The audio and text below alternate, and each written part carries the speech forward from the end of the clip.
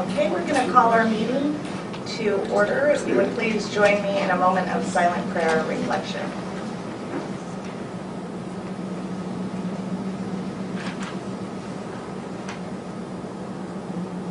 Thank you. Terry, please roll call. Kathy Cox. Here. Ellen Ward. Here. Don Maston. Here. Pat Rooney. Here. Nicole Cohen. Here. Please join me in the Pledge of Allegiance. I pledge allegiance to the flag of the United States of America and to the republic for which it stands, one nation, under God, indivisible, with liberty and justice for all.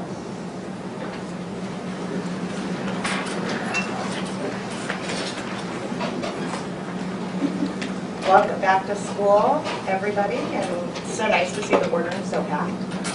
I know that we have a couple of call to publics, and I know that there's more people that want to talk on the dress code, but I just wanted to make sure everybody understood that's an action item tonight, and the board would like to be able to engage with the public, so we're going to hold that until the actual agenda item.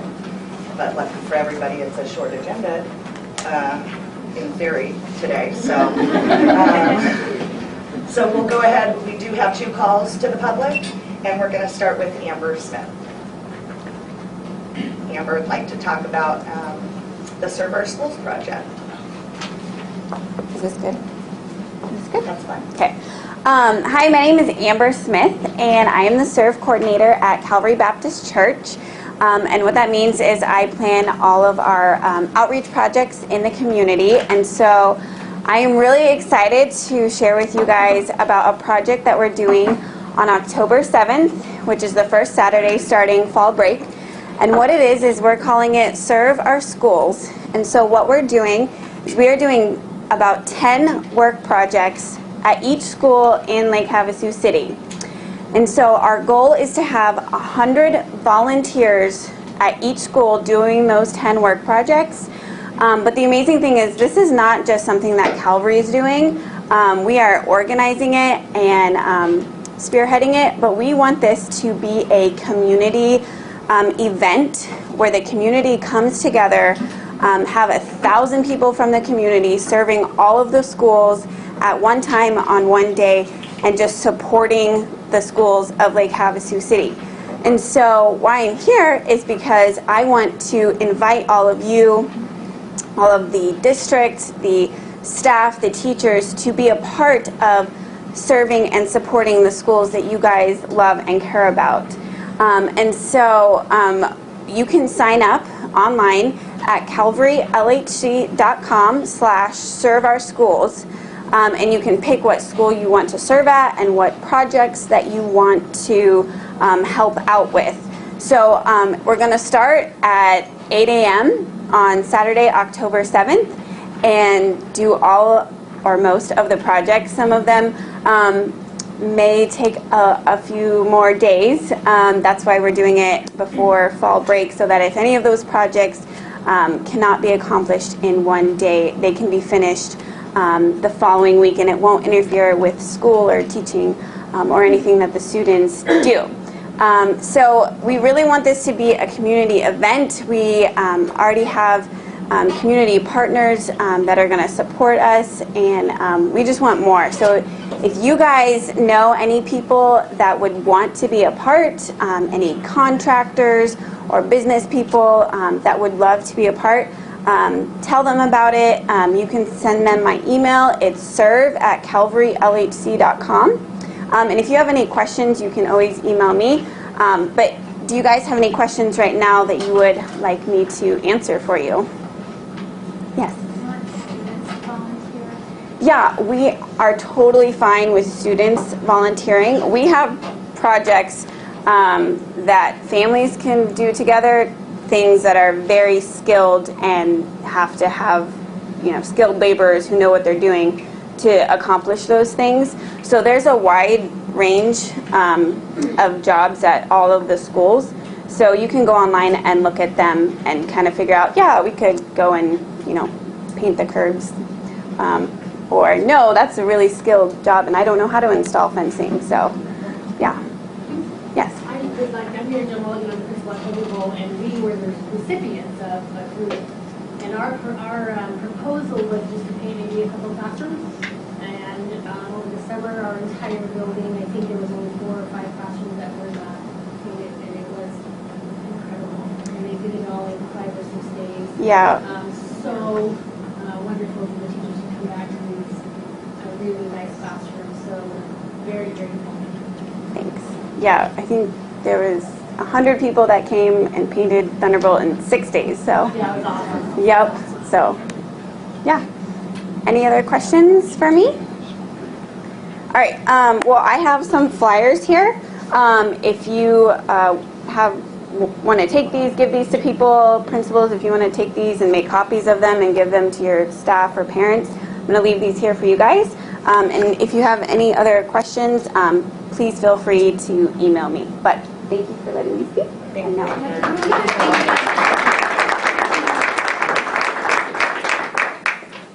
Next, we have Hal Christensen with the Lake Havasu Association of Realtors for a school supply donation. Yep.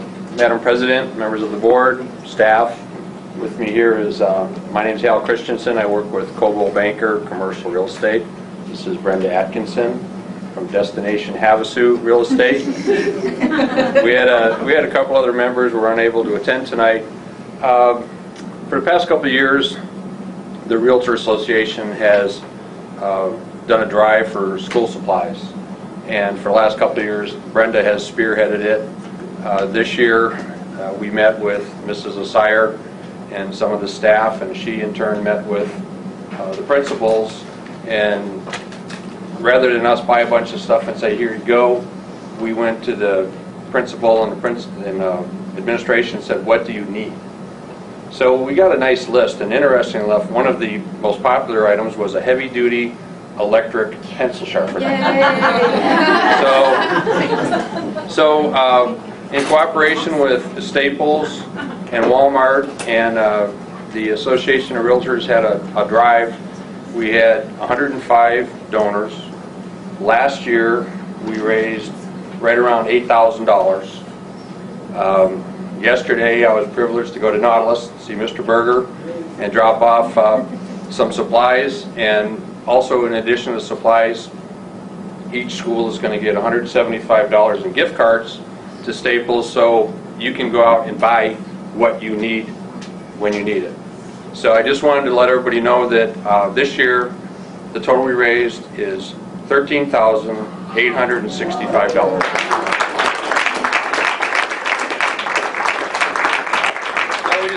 You guys know that, and again, we're always open to teachers. Many people know that my daughter and son-in-law were teachers here in the district that moved away. But anytime you guys need something, reach out to us. We're 600 strong, and we can certainly help you with anything you need. Let me just add to Hal.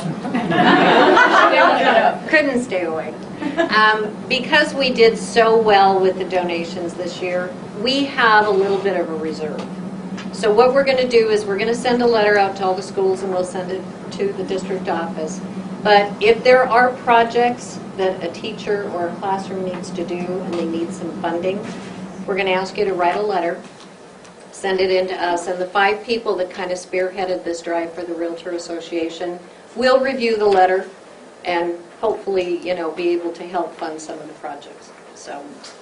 Okay. Yeah, one of the, many people may know Judy Tassi. She's the High School Booster Club president this year. She was one of the people, and Devin, who works in our association office, and Priscilla, who works over at Keller Williams. Those were the other people that couldn't attend today. But hey, it's this is fun stuff to do, to give stuff away. So thank you. Well, thank you.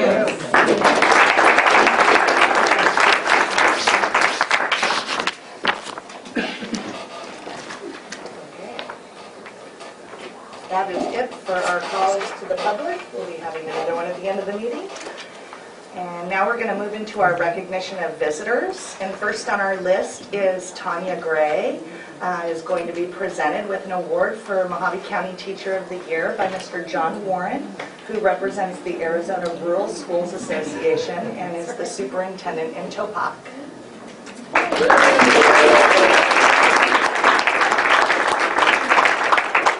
Well, first of all, I'll be brief as possibly can. First of all, I'm a little long-winded on occasion.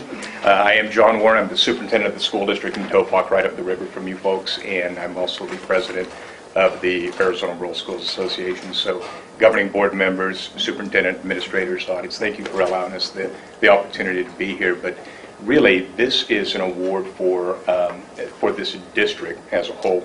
I see new board members up here, and Kathy, it's nice to see you.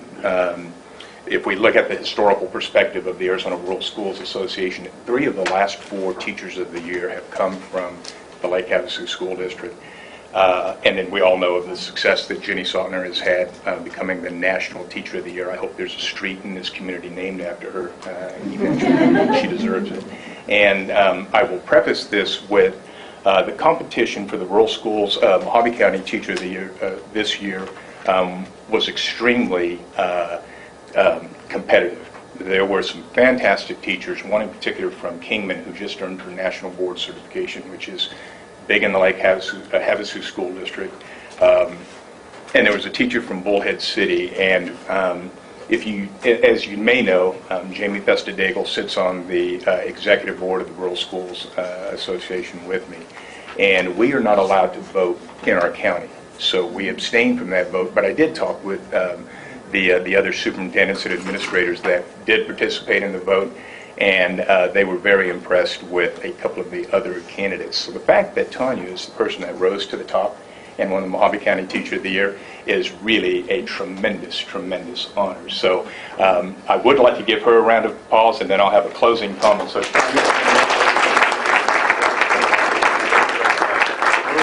just a tad premature. Tanya will be interviewing for the Arizona Teacher of the Year this Friday in Phoenix at the Maricopa County School Superintendent's Office. So best of luck with that. And she will be honored at the Arizona Rural Schools Association's statewide conference in Flagstaff on September the 15th. So then she will actually receive her plaque, and again, one more feather in the cap of the Lake Havasu School District. And governing board members, you know that success starts at the top. So to this community, to the Lake Havasu School District itself, to Havasu High School, the administrators that take the time, Claude, Michelle Budin a few years ago, these are busy people. You're a former assistant principal. You know how busy these folks are.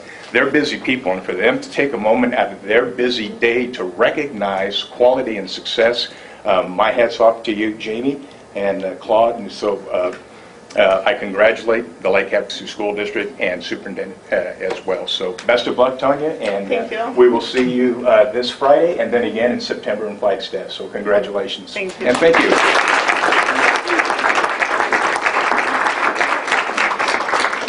Thank you. I just wanted to say that it is my 20th year teaching in the district this year, so I just feel really proud, and I just love this district so much, so I'm proud to represent it. And thank you guys for the recognition. Thank you.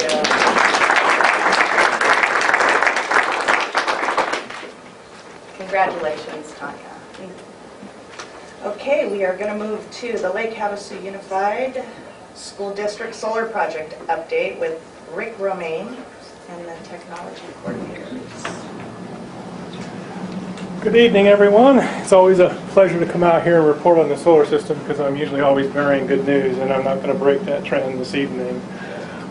For those who haven't followed along with this long effort that it took to get to where we are today, it's kind of up there, but I'm not going to dwell on it. Let's just say that it took a fair amount of time to make sure that the project was going to achieve its objectives, and that's the measure that we use when we audit energy investments that our clients embark on to make sure that's a fair scale of saying, has it been successful or not. When this project was conceived, we had 6 primary objectives listed in the order of priority as they are here. The first was obviously reduce electrical expenditures, and that was such a high priority that if we didn't achieve it, we really didn't want to even look at the rest. The rest is kind of gravy. 2 is pretty important, and that is establishing a predictable budget that the business director and the district could avoid the way that utility rates inflate, which is kind of goes along steady for a while. They finally be able to get in front of the Corporation Commission, and then they go for a 13% hike on you. So all of a sudden you get this big steep jump, and all of a sudden you're scrambling to figure out how to make your budget work for a year or two until things settle down again. Number 3 was to try not to inhibit any future energy conservation measures. We wanted to create an educational opportunity. Figured since this is a fairly recent technology that the students in the community could benefit from learning about it, since it was ramping up at the time when we started this back in 2009. Finally, in doing the effort, we wanted to promote community growth and commerce. And what that meant was, as we did the project, we wanted to make sure that as much of the money came to local contractors and came into the local economy and stayed here as much as we could. And the last one is the easy one if we actually pulled it off. Contributing to a clean environment is kind of a natural when you're doing solar. So those were our objectives. All right. So I failed to turn something on here. Who's that button expert here?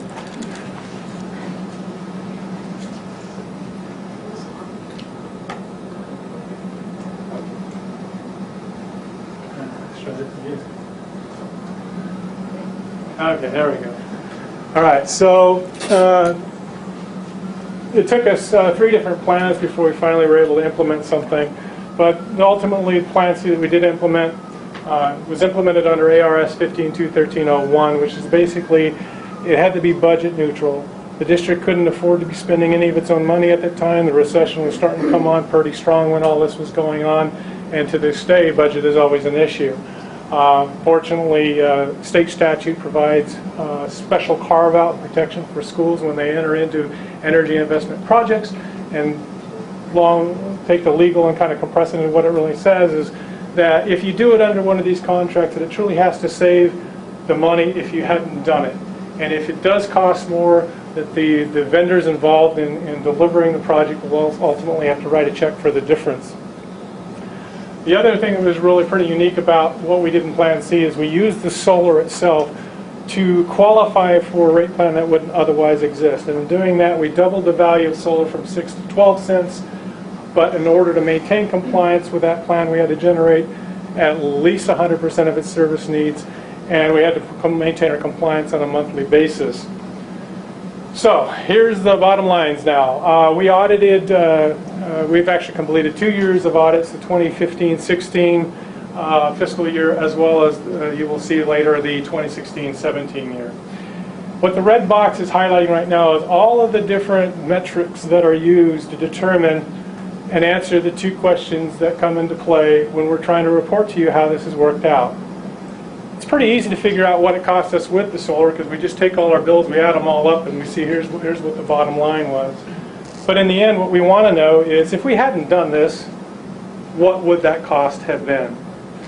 So we need all these metrics to go back and recalculate the one unknown, which is we don't have any bills that shows us what would have occurred if we didn't do the project, so we ultimately have to recreate those. And it's a process we call rebilling. Under the program, we sold the renewable energy credits back to Unisource. Unisource is required under the Arizona Corporation Commission rules, being a regulated utility here in Arizona, to establish a certain portfolio of renewable energy. So in order for them to fulfill those roles, they offered many of their customers who did these projects, look, we'll pay you if you allow us to claim those credits. In our case, we sold them for every kilowatt hour the solar systems here produce. The utility pays us 6.4 cents per kilowatt hour. So the red box right now is highlighting all the income the solar systems generate. So it goes beyond just generating the power that we use and need. We actually make money with them as well. In this box, there are 4 quarters that comes from that PBI I just described. And those are the 4 payments for each of those 4 quarters. We then come into October for Unisource. This is what's called a true-up month. The utilities and the Corporation Commission rules and programs don't want to allow you to carry your credits in a net metering bank forward year to year. What net metering is whenever the solar systems are producing more power than we actually use in these accounts, we give it back to Unisource, and they send it down the wires and sell it to somebody else. And so for every kilowatt hour we give them, they give us a credit. So later when the sun isn't shining and we need it back here, we get to pull on that credit. So it's kind of like cell phone minutes and banking minutes, but they don't want you carrying them forward year to year. So every October, Unisource will come along and say, okay, whatever you have in your bank, we're buying them back from you, but at wholesale rate. Wholesale in 2015-16 was approximately 3.7 cents a kilowatt hour. So we generate that additional income of $5,000. So for the year, we made $52,880 off of the systems. We get to use that to help pay for them because these systems the district owns. It was a lease purchase. We did that because in the end, it's a legacy thing where the windfall the district's going to benefit from. Most all the other projects you see around the state are what are called third-party projects. And what they did is somebody else came in and did it, and they're just promising to sell the power at a slight discount from what their normal utility would sell it to them for. In this case, we're getting to the point where we're going to own these systems, and we're going to get all this power for free. And that's when the real kick gets going. So with that $52,000, we get to offset our payments. We have two payments every year that we make. In 2016, they were both $56,000 roughly, for a total of $113,000. In order to make the project work right, though, we wanted to pay for everything it needed. We didn't want to have to add any money to the deal. So we have monitoring, operation, insurance, and other expenses. That adds up another $9,000. So we take our payments, add the other expenses, take away the income, and that ends up with how much money the solar at a minimum has to generate in value. This is avoided cost. These are payments we would otherwise pay to Unisource, the utility provider. Instead, what we've decided to do is build the system, make the payments to that, and reduce the amount of money. So we diverted money from the normal utility bill, in which we get a paid bill at the end of the month and that's it, to a different source. Not only take care of all of our energy needs, but after a certain period of time, own that source of power and be able to really get a windfall. So we have to offset $69,980 worth of power, and the system produced 740,000 roughly kilowatt hours that year. So you'll see that's this number here in our audits. So we amortize that cost into the annual cycles for that year. Now we also have to pay our bill to Unisource. Now we produce all the power here that these four accounts need, so we really don't buy any power from them.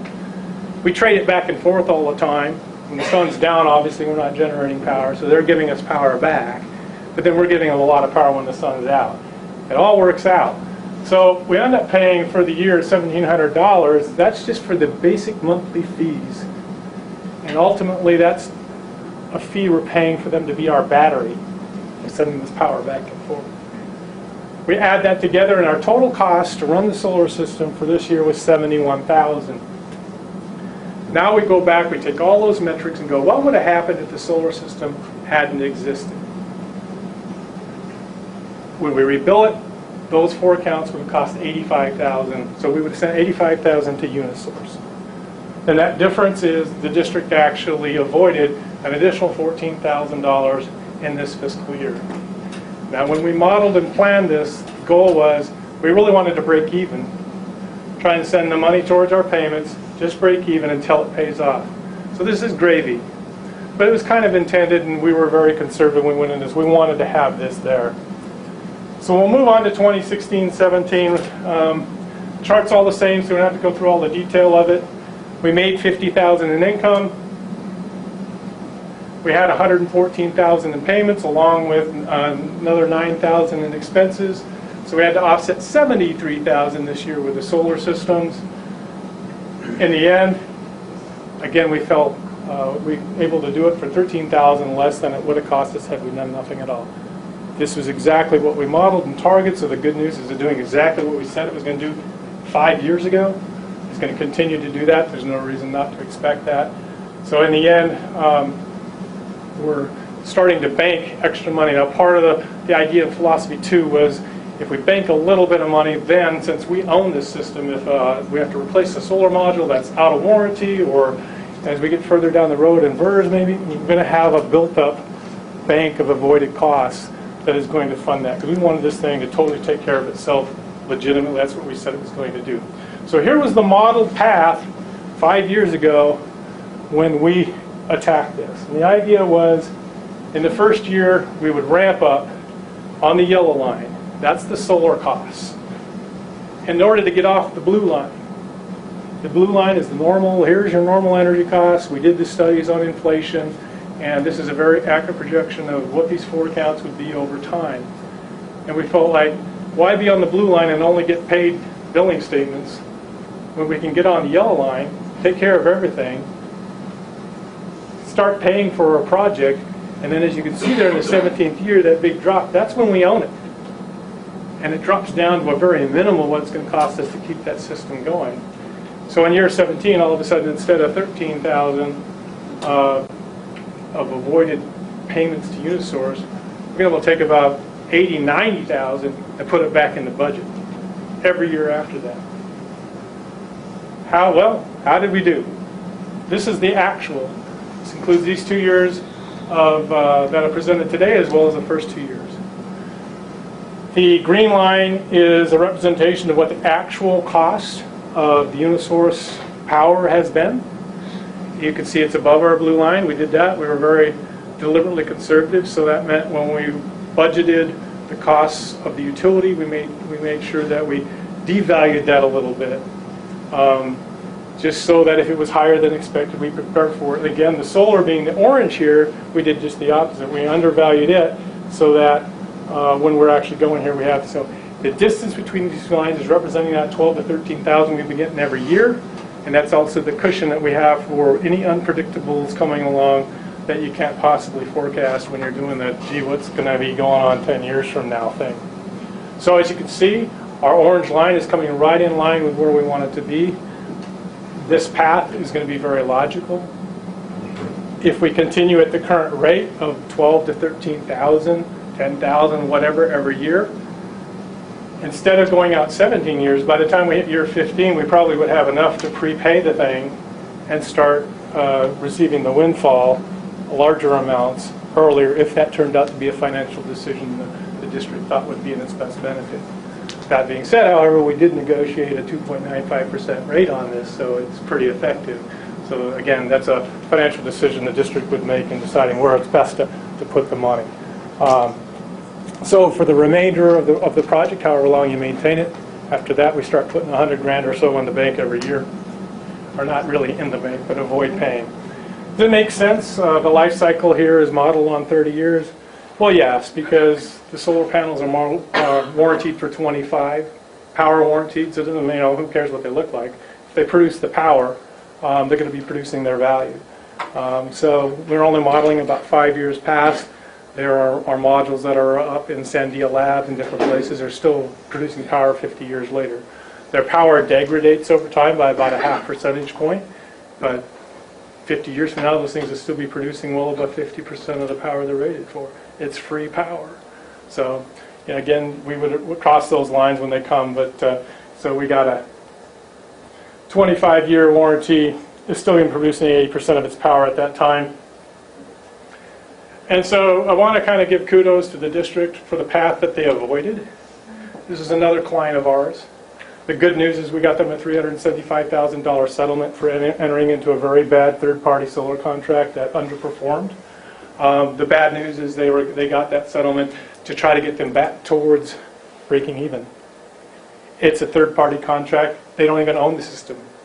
They never will own the system. So they achieved a lot of those other, with green and all this and that, but when it came to the economics, they really missed the boat. I have a lot of other school districts. We'll be seeing hopefully some of those move across the finish line in a legal environment pretty soon. We're talking millions and millions of dollars.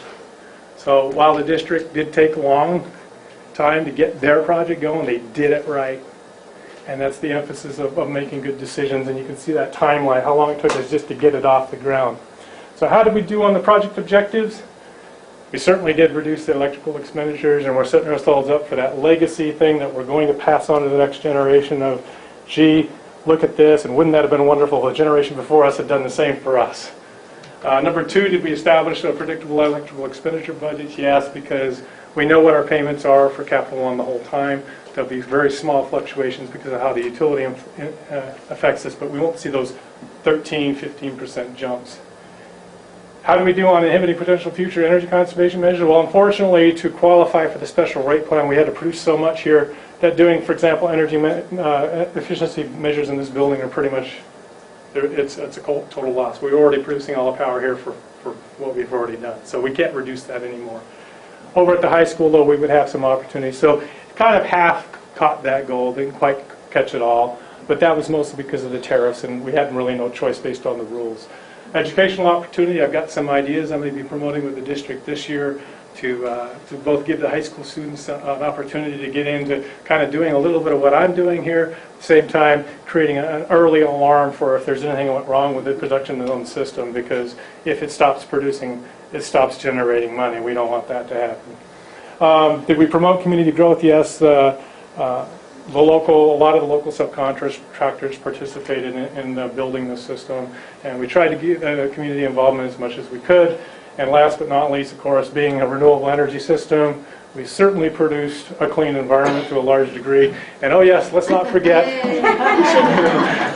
this wasn't part of the justification of the project, but it certainly is still an asset worth mentioning. I actually have one school district that recently came back to me and said, guess what? Like in their APS territory, I can't quite do what I do here. And I'm going like, oh my God, you're going to do solar? Yeah, we're going to do solar. Why?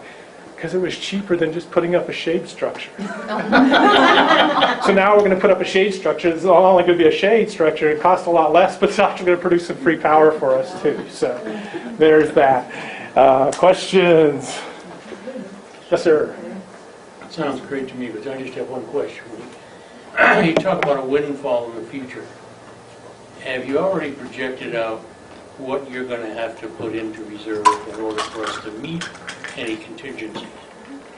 Yes. You've already got that all projected out? Yes. Actually, and the strange thing is we started this off, our very first payment, the first year we only actually set up for one payment, and it was a lot less, so instead of the roughly about $112,000 that it's running right now, we set that up for about $75,000. Unfortunately, so we were expecting kind of build about a $30,000, $40,000 cushion to take on whatever surprises come down the road. There was a delay in getting the system commissioned, and so it ended up that first year almost it broke even because of the delay. We didn't get a chance to build as much reserve. Now you're seeing that reserve starting to build again. So right now, for the last 3 years, we've been running pretty steady, about 13,000. So we've built up about 39,000 already that we haven't paid over and above hitting zero. I'm only asking the question because you said at one point that when we hit this windfall, the board would decide where to spend the money. And it sort of bothered me a little because it feels to me there ought to be restricted amount automatically put in to contingency welfare. So let me clarify what I meant by that. The interesting, difficult thing is not when we get to that point, it's not like somebody's writing you a check for $85,000. What we're doing is we're not writing the checks anymore to Unisource. So really, we're not really creating any new money that never existed. All we're doing is we're taking your operation budget and you now don't have to spend $85,000 on electricity that you used to. And so I'm just like, I'm not the one to be telling you how to deal with the benefit of that. Is all I was saying on that. I'm just, you're the one that would know the expense. Sure. Which we would have to consider. Yeah, as I go into these things, again, being conservative, I tend to look at them, I said a 30-year life cycle. In a 30-year life cycle, the modules are warranted for 25 years. The inverter is probably 15, but I always plan on an inverter replacing at year 15 anyway. So part of that margin is really getting ready for year 15. There's 4 big inverters. Actually, there's a 2 out on the Performance Arts Center to be able to get into replacing those. But also recognizing that once you get clear of those payments, every year you're getting another 80, 100,000 that pretty much it could handle in just 1 year, handle whatever worst case scenario might come your way. And that kind of goes on to a question I've often gotten to. Well, what happens at the end of 30? Well, in all reality, you're probably looking at some more inverters. But you've by then built up about $1 million plus in avoided costs. And it probably will make a lot of sense, even if those panels are still only producing 85% of what they were originally rated at. put the inverters on and take 85% free power again. Unless, the scenario really changes in the technology where, it might go, oh, well, we could do so much better if we rip all that off, put new ones on that maybe are so much more efficient. Then maybe financially, that'd be where you probably bring me back in and go, how do these two different scenarios come out? I can say that I've been in solar for a very long time, started in the 80s, and we had solar modules back then too. Our conversion efficiency was running 12% back then. Today we're running maybe around 20, 22 at the best, real high dollar, really fancy stuff. Problem is our atmosphere and heat. Solar modules on a satellite in space work wonderfully. It's super cold and they are like, in the 90% plus efficiency factor. But down here on Earth, when they get warm, they start losing their efficiency. The hotter they get, which is kind of contrary to being here in the Sun Belt. Why is this such a great place? Well, it's because we have so much sun, it kind of overcomes that heating issue, but still very inefficient really when you look at the overall issue of it. But I think at year 30, you probably would still decide to keep going on what's out there. Thank you very much. Okay. Okay, we're going to get a bond update from Mr. Murray.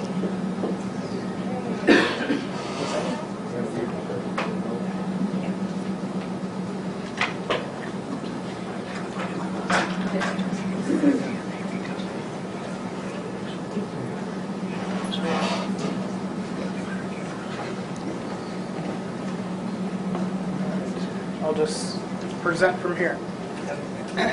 Madam President, members of the board, this bond update for this particular meeting is going to be just a basic summary as to where we've been and kind of where we're going at this point. As you'll see here on the next slide, ARS 15-491K requires school districts to actually formally present annually in a public meeting. So that is determined, or that's actually corners you into these dates between September 1st and October 31st.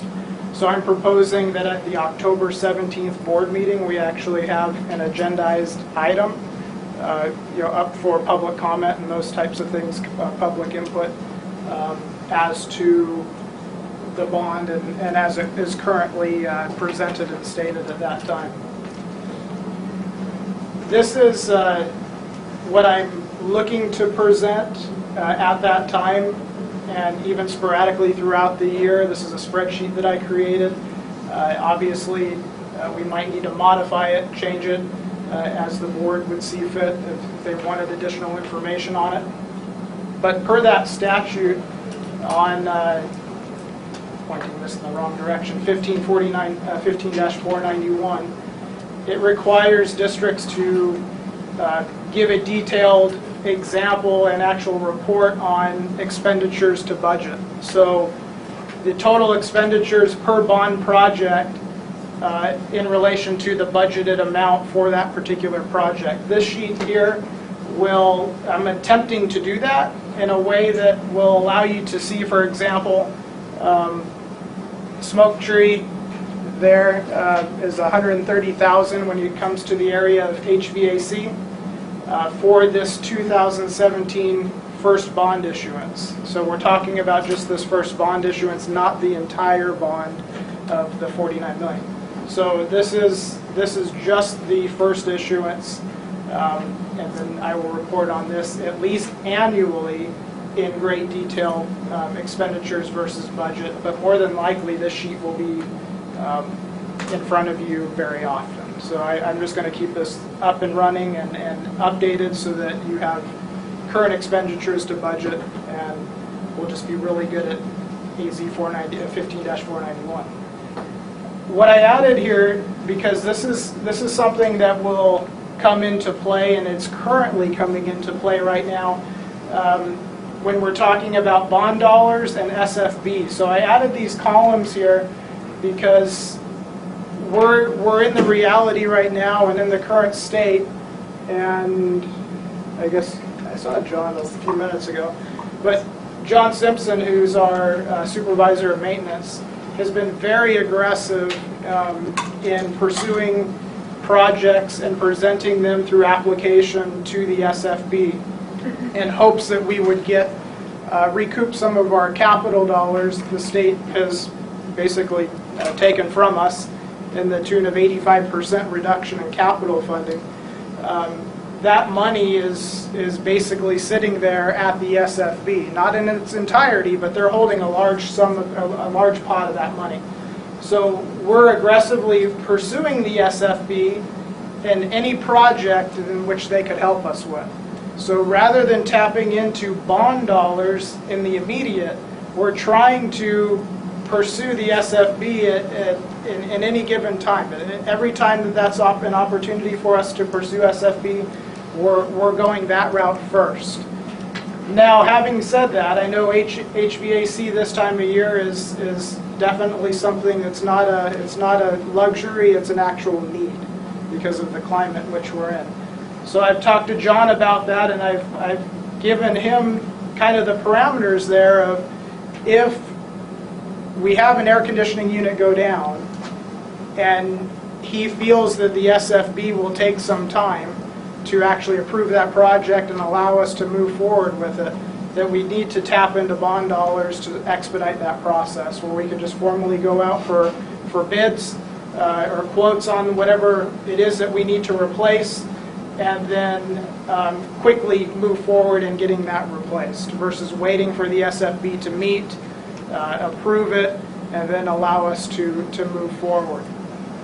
Thankfully, the SFB in most cases have been, as of lately, pretty quick in getting back to us. They have an emergency kind of a plan in place, or emergency contact where John would actually talk to his point of contact, and then through correspondence with him, they can, in a lot of cases, when it's deemed an emergency, expedite the process and get the project approved without having to formally go before the board at their monthly meetings. So we've been pretty blessed lately with being able to get some of our projects funded through SFB. So today, just real quick, touching on maintenance, technology, transportation, and athletics. Again, talking about maintenance right now, our thinking is bond and or SFB. So right now, when we have a maintenance project come to the table, especially in an emergency type of a situation or an unexpected situation, we are thinking of, do we pursue bond dollars, or do we have time to actually pursue and go the route of SFB? So that's our thought process at this time. If we can use the SFB, as I said before, that's going to save us some bond money. It's going to allow us to reserve that, hold on to that bond money, and use it for those items which we believe may be undervalued at this time. As far as we got to think about 2 years ago or so, 3 years ago, we were getting bids and quotes for these bond projects now in 2017. So costs have gone up. In most cases, the cost hasn't gone down any. The cost to actually fund these projects will more than likely be a little bit higher than they were as they were presented back a couple years ago. So that's why we're trying to utilize the SFB so that we can maximize our bond dollars. So we can make sure that we do everything we can to fund every single project that went before the voters. So again, that's where this document comes back into play, where you have bond percentages, bond dollars, and SFB. When it comes to maintenance, HVAC for our heating, ventilation, and air conditioning systems, in the bond we have $877,000 budgeted for this first issuance for 2017. The SFB, out of that, to date, has come up with $134,410.95. So you can see that through the SFB, 3 units have been replaced at Havasu, 1 at Nautilus, 2 at Starline, 3 at the high school, and we had some chiller repairs done at Smoke Tree, all through the SFB without touching bond dollars at this point. Now, that's not to say that we're going to avoid bond dollars. It's just at this point, the SFB and that's just as of basically the first month and a half of this fiscal year. So it's been pretty nice. Plumbing. In the bond, they're addressing water heaters, boilers, drinking fountains, irrigation meters, budgeted at $956,700. The SFB has stepped up, had a water heater expansion tank over, I believe it was Thunderbolt. They had a water line issue or a pipe issue over at Ora Grande in a restroom, which wouldn't have been bond dollars, but this is just an SFB update as well. And then a drinking fountain that they are going to step up and also replace. So $11,384 is what the SFB has okayed to pay or is funding us, and that's again just within like the first 6 weeks. Painting.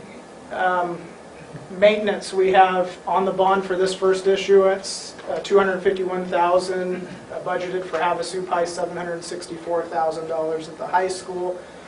You may hear the word weatherization or a weatherization project. That is also basically it's one and the same, if you will, with painting or exterior painting. There's a little more to it. It's not just painting, but it's also making sure that the outside is sealed and weatherized to hopefully prevent any type of leakage coming from the outside and seeping into the building. So you may hear it referred to as a weatherization project. What you'll actually see is an exterior painting of the school. So with that, the SFB for Lake Havasu High School weatherization, we have a pre-bid meeting on Thursday at the high school. And what is happening, we have the architect who will be present. This process is already moving through the SFB. It's at the beginning stages, but it's actually well on the way of hopefully getting some bids approved, or a bid approved to actually have the weatherization project fully funded through the SFB. So if you take that 764, you remove it from bond dollars and put it over into SFB, that's $750,000 that are now freed up in our bond dollars to maximize our bond. Again, two years ago or so in this process, again, we were going off of what was available to us to put that whole entire bond package together based on current quotes. So just because those savings are moved over, though, I mind you, doesn't mean that we're just going to frivolously spend because we have an extra $750,000. Again, this is for us to make sure that we are protecting our bond money and then maximizing those dollars based on the projects that we've told the voters that we are going to address. And there is a possibility too that Havasu Pie will go down that same route. We're gonna fill out an application and present Havasu Pie as well. If the architects feel that there's some preliminary work that they'll look at to tell us if whether or not they think we have a good case before the SFB. So through their advice and counsel, we might pursue that as well. Transportation, buses and maintenance vehicles. Right now, we're currently in the building, kind of the specifications, preliminary work in finding out exactly what are our needs, the design and options, if you will. So if you talk about maintenance vehicles, we have a variety of maintenance vehicles. So we need to work with our maintenance department, and we're currently doing that to find out what do you need by way of a maintenance vehicle. We don't want to purchase a four-door sedan when they need a truck with a work box on it. We don't want to just present them with a truck with no bed if they need something that is specific to what they need day in and day out to get the job done. So right now we're in the process of kind of going through that specifications, design options, and again, keep in mind it's not what I want, it's what I need. However, you know, there are some things where we might want to put some wants in there just to see what the cost difference would be. Because sometimes if you add a few of the wants, it's actually cheaper than just getting a bare bones, you know, just a plain Jane vehicle.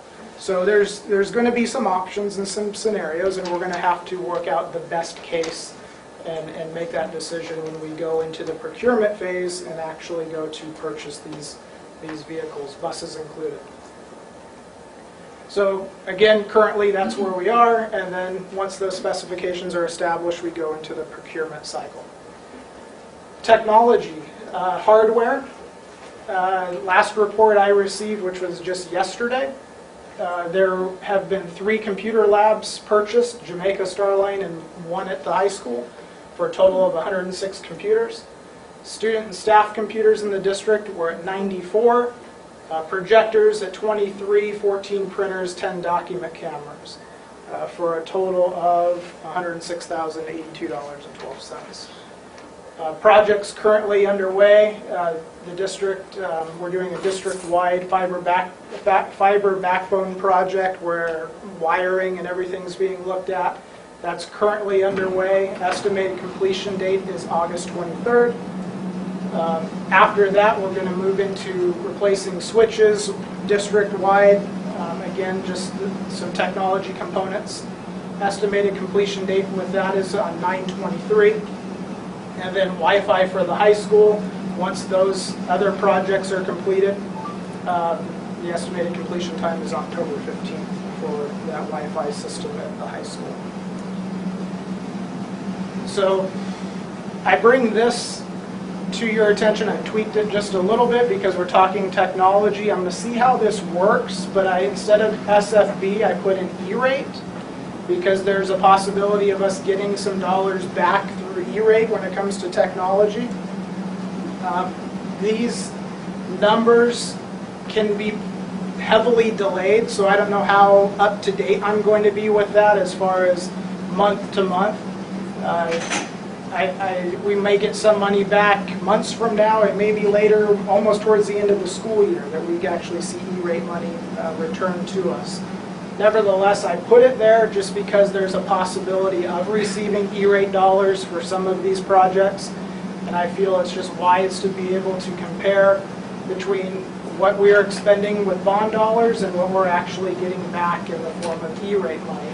And then you can see the percentages will even out. It could be 70-30, but at least we'll see a true picture of what money how much money we used out of bond money and how much money we received back from E-rate to pay for that particular project. Again, very similar to SFB. Finally, the athletic facilities, Lee Barnes Stadium to basically really just focus in there. Professional services, we procured EMC2 at a previous board meeting several months ago. Had them approved as one of our professional services vendors that we could use, that we could actually procure. Right now we're in the design and engineering phase at all facilities, but currently we're placing emphasis on the high school. And when I say all facilities listed, I'm talking about per the bond project. There we see the scope and sequence of the facilities being actually highlighted in the bond dollars. We're talking about both the upper and lower fields at the high school, and then we're talking about Thunderbolt. So those are the 3 facilities that are actually that I'm actually referring to here. So the reason why I put all, and this is kind of a challenge because, and I know I've had a few conversations with a few of you in the room, but the challenge is in the way the bond was set up. There was a decision made that in 2017, the first issuance, we would focus on Lee Barnes Stadium and the middle school. And then in 2020, it was determined that we would focus on the baseball facility at the high school. Now the challenge with that is if you have an engineer and your architect in place, and especially when we're talking about Lee Barnes Stadium, we're talking about the football field and the baseball facility right below it. It would, I would feel, I think others would agree, that best practice would be to design the entire complex, because you're moving from what you do at the top will usually affect what's down below. And especially when you're talking about engineering, when you're talking about water, diverting water from an upper facility and getting it past a lower facility, you can't just dam it off and then say, well, in 3 years we'll address the lower half, because water is going to want to run downhill. It's got to go somewhere. So just in that particular part of it alone, we're going to address all facilities. Now, there's money budgeted in the 2020 issuance to actually address the engineering and design phase of the lower field, but we feel that with potentially saving $750,000 or $750,000 with weatherizing the high school through the SFB, that we will probably be able to take care of all of our needs, and then in 2020 we might have some reserve there where we're not actually using the engineering fees that were budgeted for the lower field. And actually we get a lower percentage because of the scope of all three projects. We get charged by architects and the engineering firm based on a percentage of the total cost of the project. So our total cost of all three, as it's currently budgeted, is just over $5 million. We actually get a 0.5% discount, a lower fee that they charge on any projects over $4.9999 million. So by doing that, it actually saves us a 0.5%. We go from 7.5% to 7% in fees. So it has to be done. I don't think there's any way to really effectively cap off the lower field and separate it from the upper field. We just have to see where this takes us. So then we come to the next few parts of this slide. Again, tomorrow, so now there's 2 meetings in a row. Tomorrow, we're actually meeting with the architects on the athletic facility. Remember, Thursday is the SFB weatherization walkthrough with contractors or those who might be looking to bid. Tomorrow, the 16th, we actually have a meeting with the architects, some people at the high school as well, athletic director, administrators, and some coaches, to meet with the architects and start looking at some designing at the design phase of this project.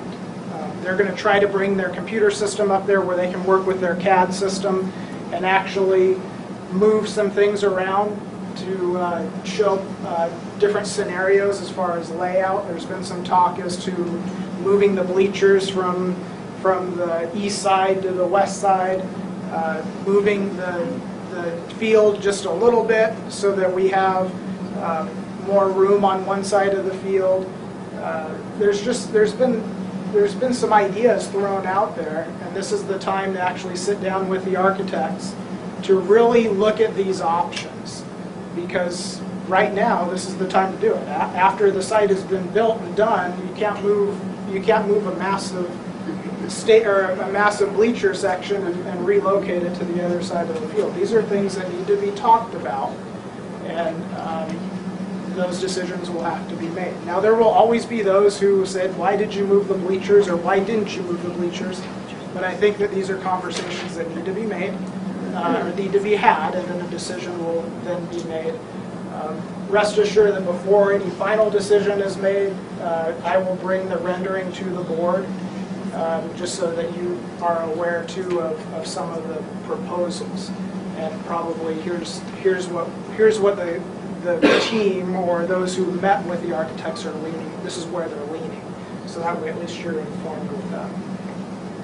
And by the way, if you'd like to attend tomorrow, two out of the 5 of you, I guess. We're at the in the library in the JTED room in the back of the library, and I believe that's at 9 o'clock. Construction and renovations. We are doing everything possible to accommodate as many people as possible. This is the unique challenge of leadership. is that no matter how hard you try, you may not please everyone. However, we are trying like mad to really really be open and out there with the plan. And this is the plan. Construction and renovation, we have to be mindful of the football season. That was always the main focus. We have football. It's hard to relocate them somewhere else in this town because there's really not a venue that will help, that will support them, or will allow them to play safely and then accommodate all who want to come and watch. So from the beginning, we've always communicated, even before I got here, because I remember this as a principal, that this was the plan, that we would try to leapfrog over football, let that season be done and finalized, and then we would start in the process of moving dirt. Now that doesn't mean that work will not begin until after football season, because it's already begun. There's a lot of work that's being done behind the scenes when it comes to drawings like this and discussions with engineers and the talk of diverting water and meeting with the city, which will be happening here. There's just a lot of behind the scenes that you may not see, but rest assured that all of this is happening so that by December 2017, we're really close to that, because we're also trying to make sure we avoid possible playoffs. Nobody knows at this point whether or not our team will be in playoffs or not. Just take that word out, possible. Well,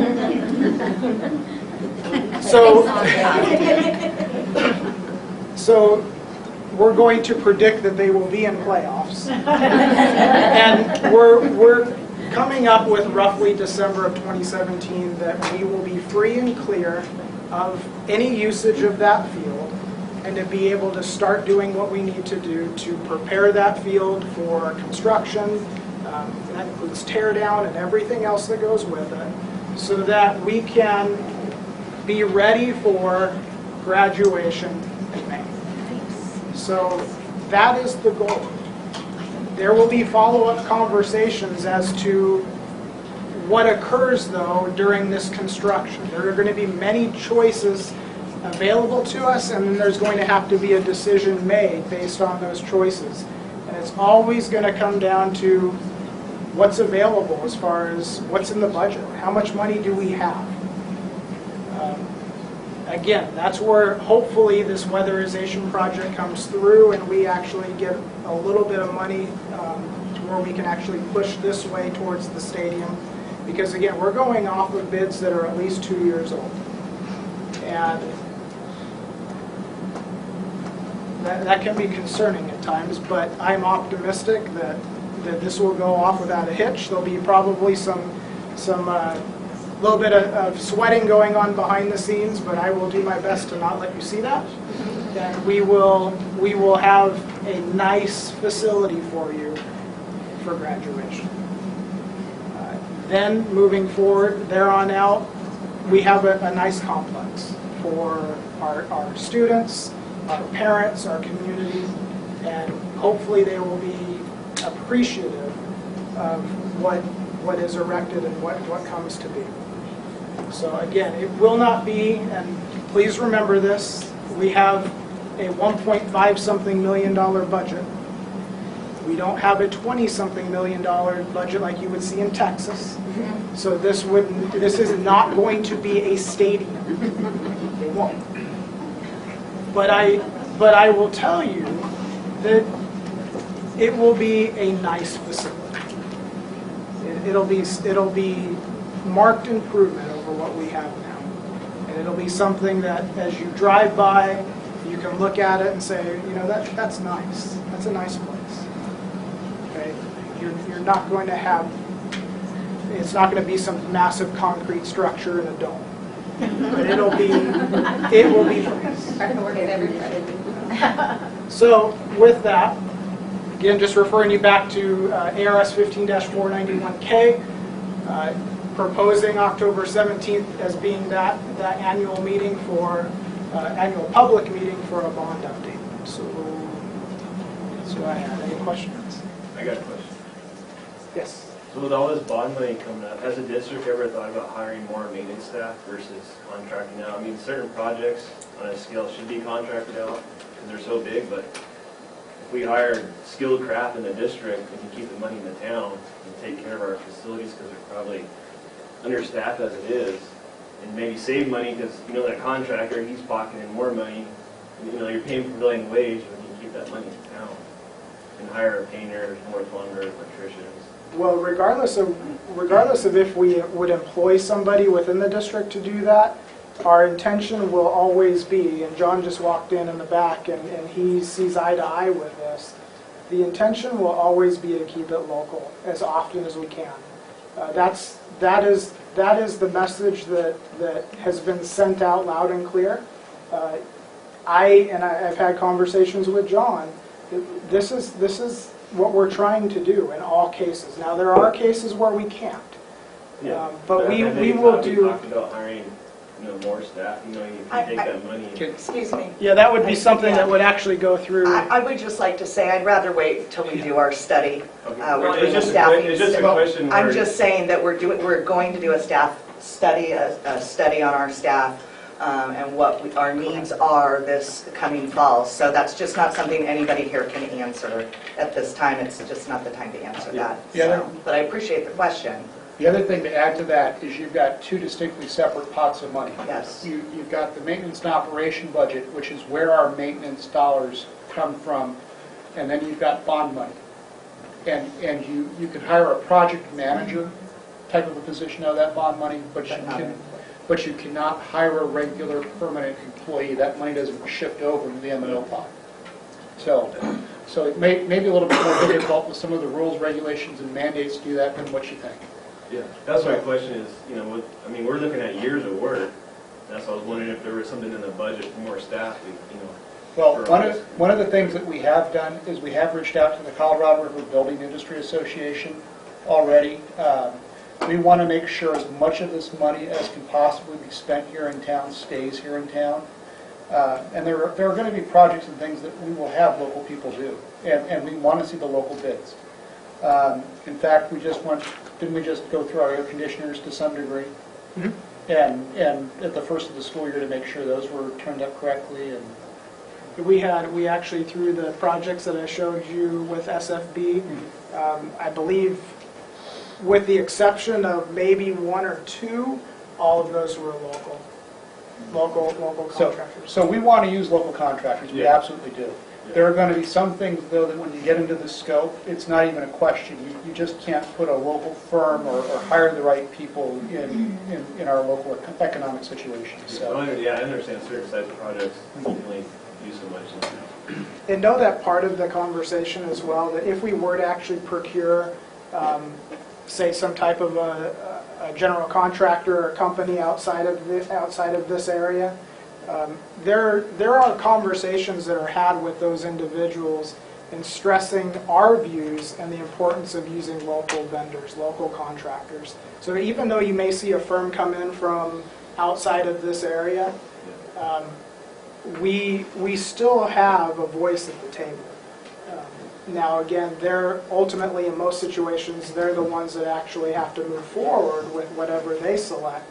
But they also want to please the one who's also writing the check, because they know that without us giving them that work and not keeping us happy as far as saying it all possible, you know, we have skilled people in this town.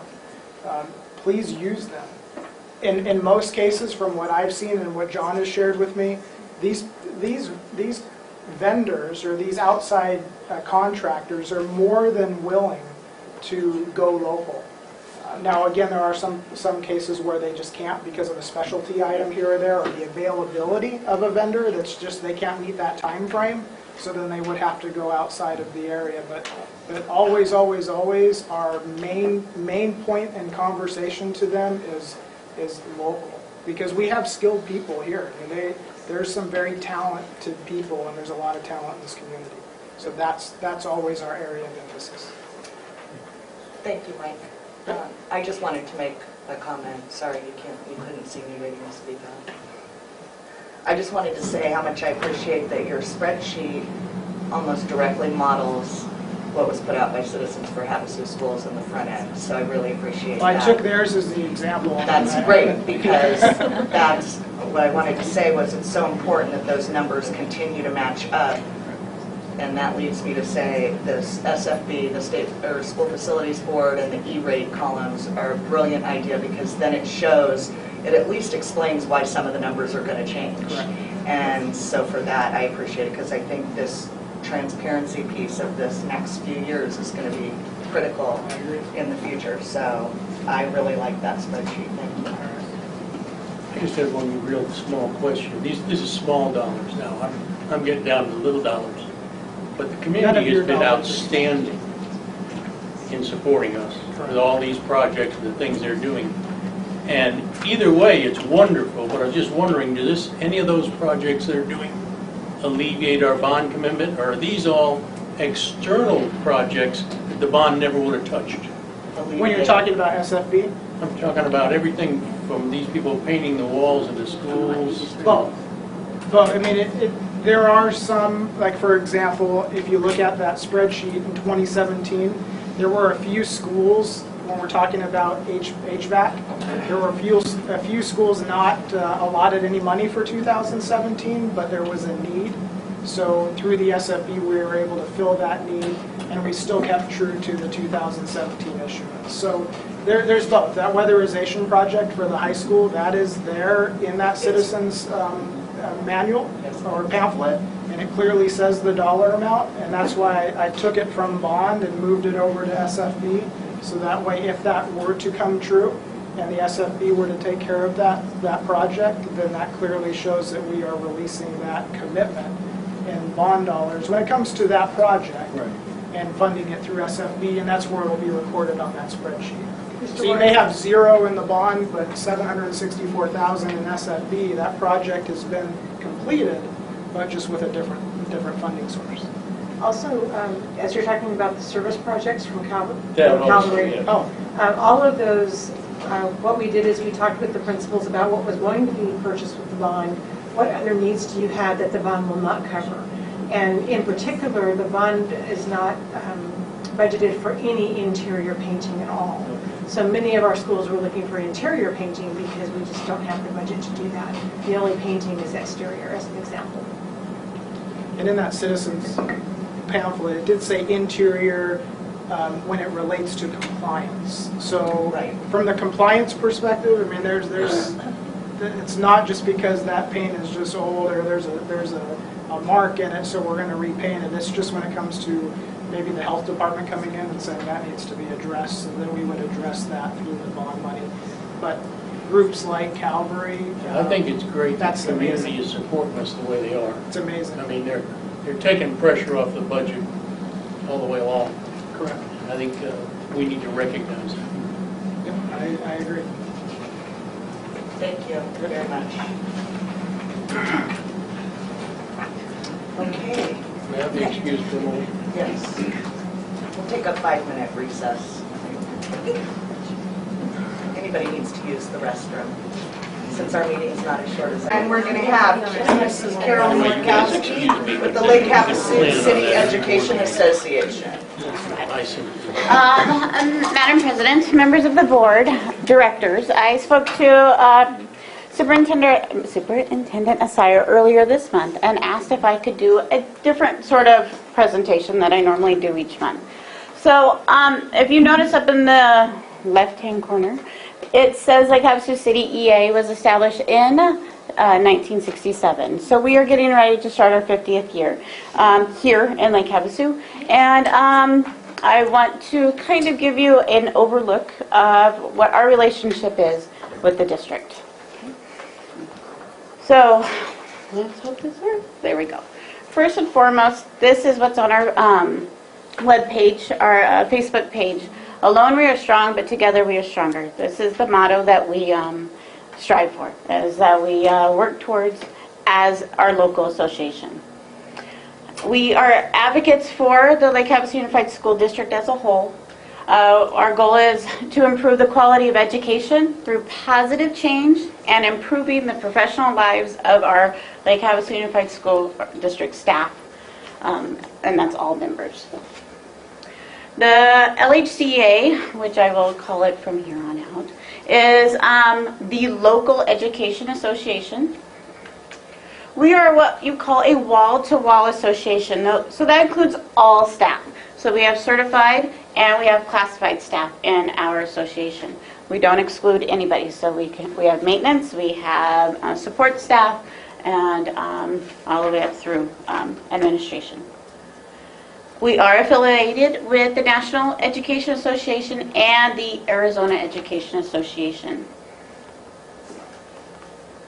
I, Carol Nowakowski, am the president. We have Kelly Wolf in the audience. She is our vice president. Our secretary treasurer is Nisa Harris. Our advocacy is April Cooley. We have building site rep or reps at all locations. Our LHCA Association communicator is Kelly Wolf. And I, through AEA, I am the District 5 PAC legislative representative. I said we are affiliated with Arizona Education Association, and that's important for me because that allows us to provide our staff support in areas of professional development for all staff, curriculum resources. We research educational trends and share them, and then we really work with legislative issues. We have a lobbyist that is there working day in and day out on legislative issues for education. So, Lake Havasu City Education Association in action. Here we are. Locally, we celebrate our staff. We have National Education Week, which is in November, where we have support staff celebration. Notice up in the middle we have Lake Havasu stands together. You notice the pink shirts that we have as a collective staff, the majority of the district, and so we had a celebration. Here we are at the beginning back to school rally. New teacher orientation last year. We had to get to know the city. We had an opportunity for the new staff to actually do a scavenger hunt. We connected with different businesses. They offered gift certificates, and so we had them go do selfies at those locations so they could get to know, and then we met at the end. Again, to the right is another support staff recognition, and then this, just recently we were at the new teacher orientation providing lunch. So we got to provide lunch for them and let them know that we are here. Locally, we advocate. We've had local issues with the state not funding. As Mr. Murray said, we are losing money year after year, and so we were here making sure the community knew that we were losing money. And so we also were very active with the citizens, thank you, Citizens for Schools, and promoting our bond and our override. We were completely all in for that. So anywhere they were, we were. We also are active in our local legislators. Senator Borelli, who had just gotten elected, Senator Borelli, we asked him to come teach a lesson, and he did. So we are involved in bringing our legislators on campus. In fact, in September, he will be shadowing me. I've already reached out to Superintendent Assire and my principal, and we're going to figure out what to do and how he's going to follow. But that will be coming up. Oh yes, okay. But I believe we are partnering. AEA is partnering up with 3 other statewide education programs, and there are 2 other, I believe, in our district. Jamie, correct? Yes. Okay. 2 others that are actually going to. So I believe I know. Jenny's inviting Regina. Okay. And then I'm not sure if the other one will be joining us. But okay, so then in the middle is actually Candidates Night. You all should recognize that. That was the night that we offered for you guys to share your thoughts and be questioned. And then the most recent was we were very active in the SOS Save Our Schools, the petition. And we were out getting petitions, and we're very excited that we had 111,000 at least that were turned in this week, or last week, and has put a halt. They are counting them, but it has put a halt on SB 1432. Gosh, I can't think right now, sorry. But advocating at the state level, we were very supportive in pushing Prop 123. You will see we have connections with our state superintendent, Diane Douglas. You will see that actually our school board president and myself had the opportunity to meet with her. And then you will see all of us actually meeting with our legislators as well. We pay attention, we are communicating, and we are trying to be as active and promoting education for our district. We do have LHCA recognitions. We're excited that one of our very own was recognized and received a scholarship for college.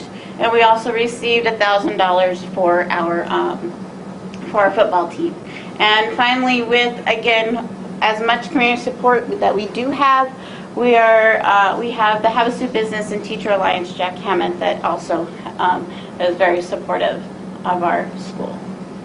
Fundraisers, we do have these buttons. I'm not wearing mine right now, but this is what we utilize for scholarships within our district.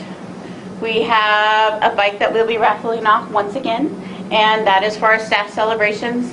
And then if you're not aware, we do have a laptop drive that we started in January, and it's a connection between Havasu Business and Teacher Alliance and Connected Computers and LHCA, and we have established a laptop drive that we are asking for donated laptops if you're done with them, and then trying to get as many one-to-one devices in the classroom for free. They are donated items. And last but not least, we are on Facebook for any of you that would like to join us and find out more about LHCA. But I think many of you are on there. So we have reminders of board meetings, we have updates, educational articles. And that's it. Thank you. Thank you, Karen. How many members do you have? 30. Thank you. Okay, we're done with the recognition of visitors. We're moving to the consent agenda. Do I have a motion to approve? So moved. Second. Kathy Cox? Yes. John Maston? Yes. Alan Ward? Yes. Pat Rooney? Yes. Nicole Cohen? Yes. Okay, we don't have any old business today, so we'll move into new business. Action item 6.1, the award of the bid for server virtualization project. Mrs. Minor. Madam President, members of the board, it is recommended the governing board award the bid for the server virtualization project to Insight Public Sector in an amount not to exceed $193,802. The purpose of this project is to modernize the current end-of-life server, storage, backup, and recovery systems by leveraging a hyper-converged infrastructure for centralized server management, including protection and redundancy for backup and retrieval of critical data. The proposed solution will decrease the number of physical servers from 40 to less than 5, resulting in increased efficiency and reducing capital expenditures tied to future replacement. The proposed solution is scalable to allow for future growth as needed. On June 1st, 2017, district staff began soliciting proposals from qualified vendors to design and implement a district-wide virtual server environment. 5 vendors were contacted, 2 vendors declined to participate, and 3 proposals were received. On June 29th, 2017, representatives from the 3 participating vendors presented their proposals to members of the LHUSD Technology Department and board member. Proposals were further refined, and on July 27th, 2017, district staff met to review the final proposals. Insight Public Sector is on state contract as shown. If approved, funding for this project will come from the sale of school improvement bonds as outlined in the Citizens for Havasu Schools document titled Allocation of Capital Improvement Expenditures. Representatives Tony and Jennifer from Insight Public Sector are present tonight and available to answer questions, and will also be giving a brief presentation. This item has been reviewed and approved by purchasing, and additional information was emailed to the governing board. Thank you. Do I have a motion to approve 6.1? I'll move it. I'll second. Okay. Now maybe we can do our presentation during our discussion. Great. Thank you. Somebody can get the projector off. Sorry. This is not my night. I am sorry. It's slowly coming up.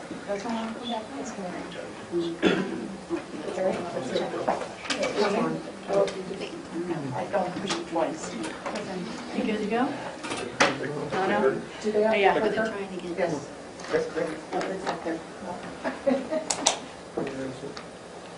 A lot of technology. Isn't there a universal remote for all of this? No. Starting to sound like. Good evening, everybody. My name is Jennifer Busich, and I am with Insight Public Sector. I'm the account manager. I'm an education account manager. I've been with Insight for about 15 years.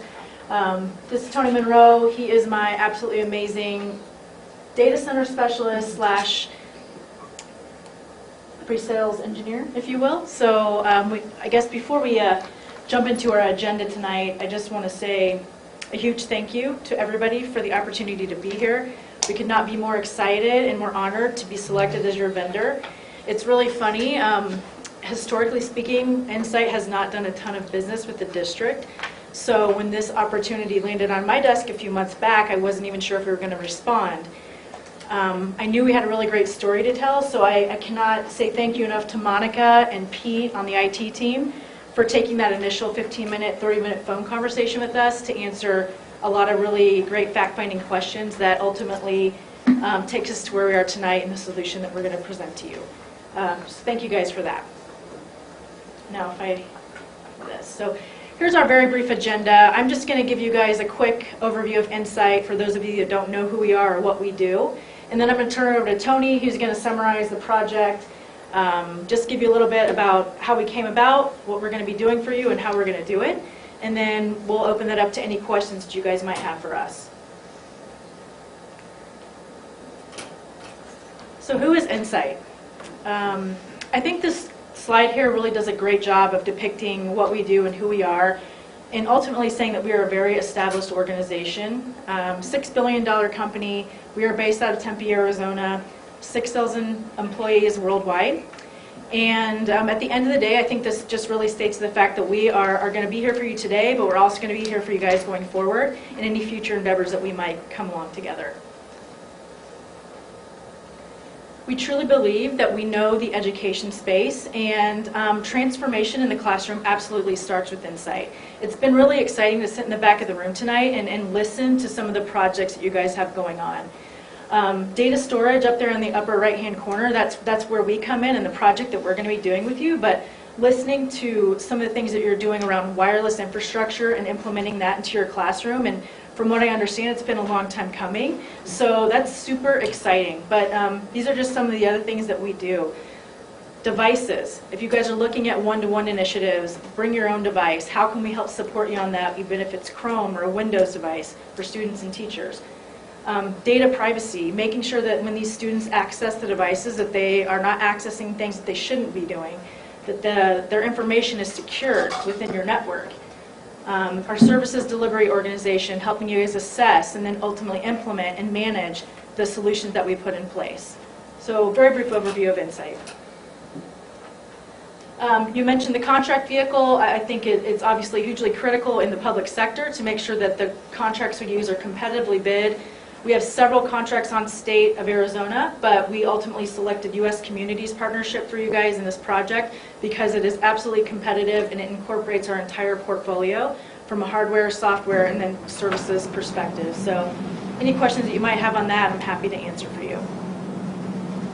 And with that being said, I'm going to turn it over to Tony, and he is going to talk to you about what we're going to do for the district. Cool, thanks, Tim. So yeah, thanks again for having us out to present. We're excited to be here. I want to review a little bit with the board and directors, summary of the project, give you a high-level view of what we expect in the way of outcomes that the district can leverage, and then give you all an opportunity to ask some questions as you see fit. So I'd like to go ahead and just read this summary for you. I think it very accurately depicts our approach to the project and the expected outcomes for the district. So the Lake Havasu Unified School District is considering making an investment in virtual infrastructure and engage Insight to make some design and platform recommendations to support this virtualization initiative. Design recommendations accounted for optimal system and resource utilization, infrastructure resiliency, and mitigation of risk across the environment. It's expected that the design will result in an immediate capital expense reduction. So there's 40-some systems that are sitting across the district today. Those systems are going to be reduced down to 4 within your production environment. But in the interest of transparency, there is one extra server that will be put as a off-site vehicle. So total servers of 5 today, supporting all of the needs of the district's compute requirements. So it's expected that design will reduce the amount of capital expense reductions as a result of replacing all of those existing 40 servers. Now we only have to worry about 4. It'll also support ongoing reduction of operational expenses. So now we have significantly fewer devices that have to be managed. We had a conversation around power earlier today. Significantly fewer devices that are consuming power resources for the district, and ultimately result in ongoing reduction in operational expenses and better resource utilization across the district. So based on the information available to us at the time of these recommendations, we expect that the district will be able to consolidate and virtualize this environment, reduce the number of physical servers in the production environment down to 4, achieving a roughly 10-to-1 consolidation ratio.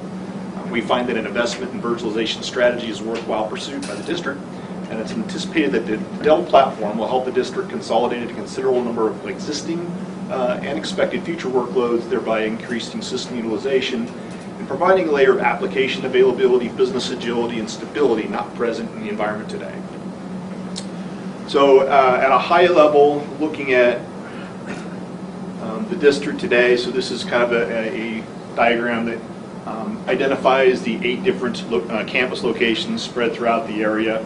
We have a total of 40 systems across that environment today, 28 of those in the server room located at the high school, and roughly 12 others or so spread across the district.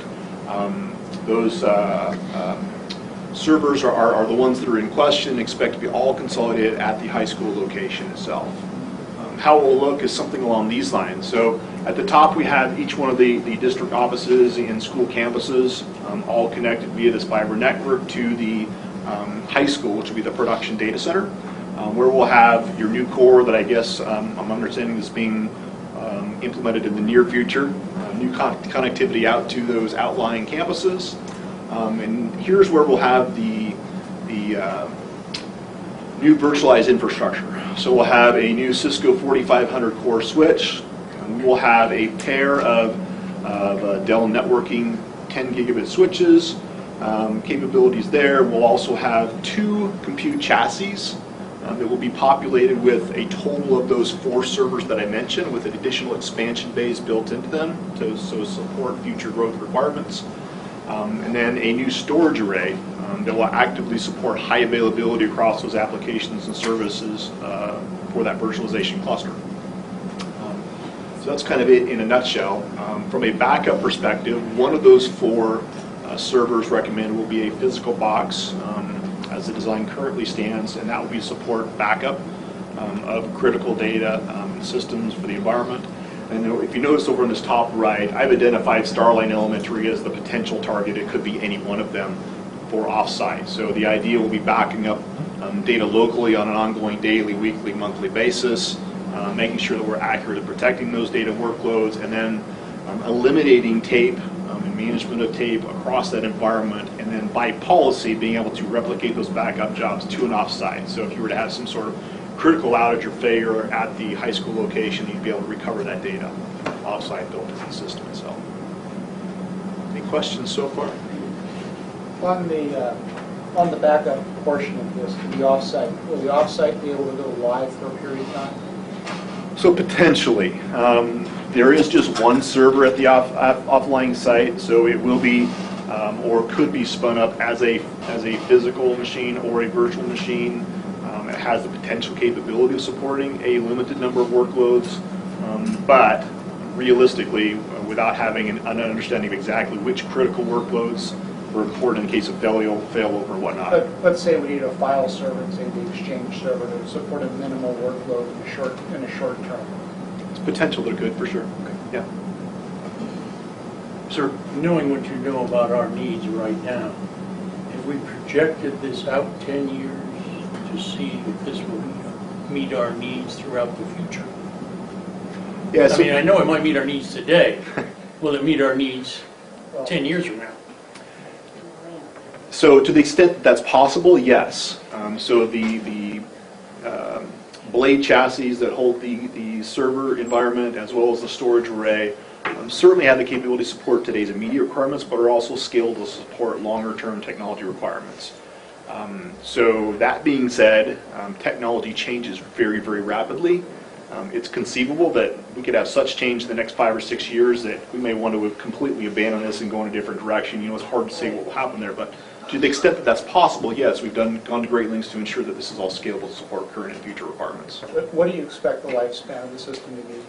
So as the system is built, it's included support for up to 5 years. That's the current maintenance schedule. But you could certainly go beyond that. It really depends on how the needs of the district evolve. So as you're looking at rolling out new technology-based initiatives, you may decide to simply expand the existing computer storage environment, or you may opt to move or adopt some other emerging technology down the road. Does that answer your question? So am I to understand this correctly, that this is an actual designed system? So it does have the capacity to grow, whereas the system that we have now was not designed.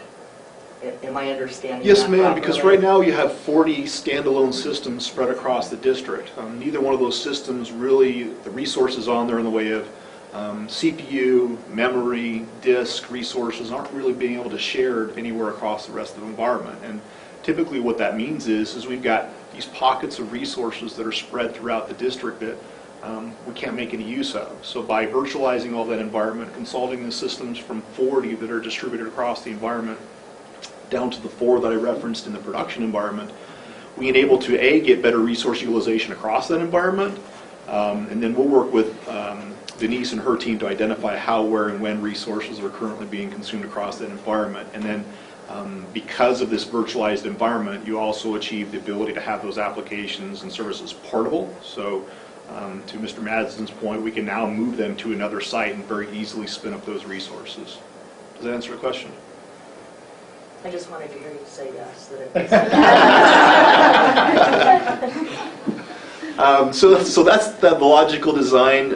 Moving forward from a breakdown standpoint, these are the numbers that is minor reference in her summary. So we have the compellent storage array, the 2 chassis that will support the virtual servers in the cluster, that secondary site at the elementary school for off-site backups. Full implementation. This is really designed to be a turnkey solution where we go ahead and work with the existing technology team to identify functional technical requirements and set a plan for go ahead and execution. And then if you total that out, it's the $193,802 that was minor referenced. I think we're expecting, if everything goes as properly, that this is kind of targeted for that fall break.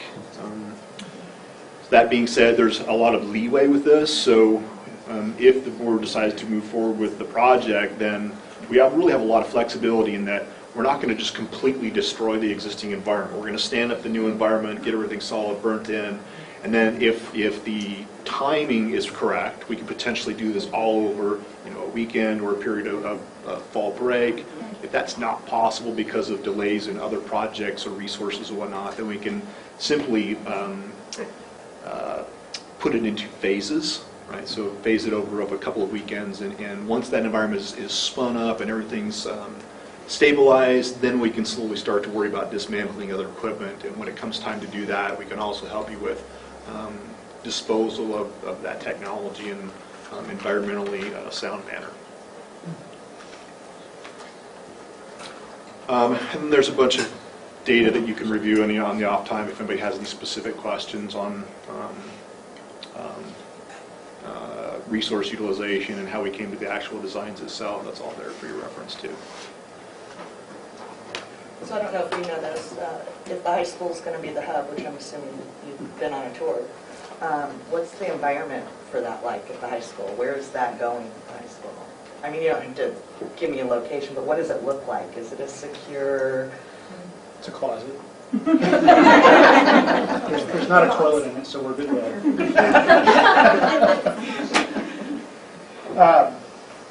It's in the high school. It is relatively secure.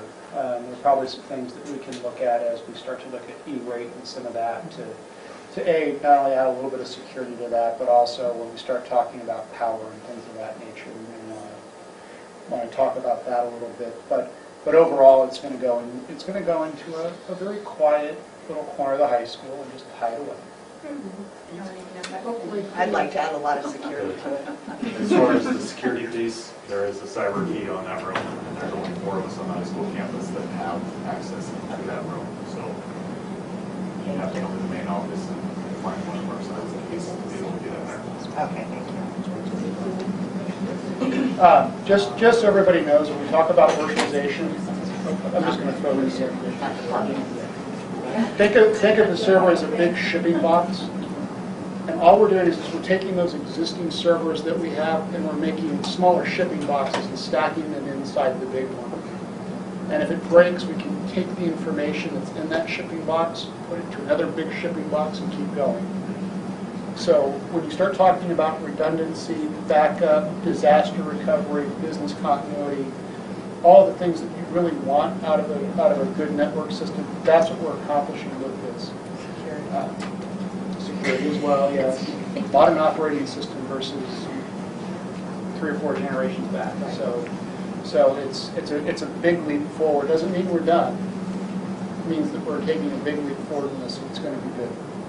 Well, I think too, John, it's notable to say that when we looked at various vendors and shared with them what our needs were, what we appreciated most about Insight is that you really took a look at our needs and designed this, and it was tailored for us, and that's what we greatly appreciated. Indeed.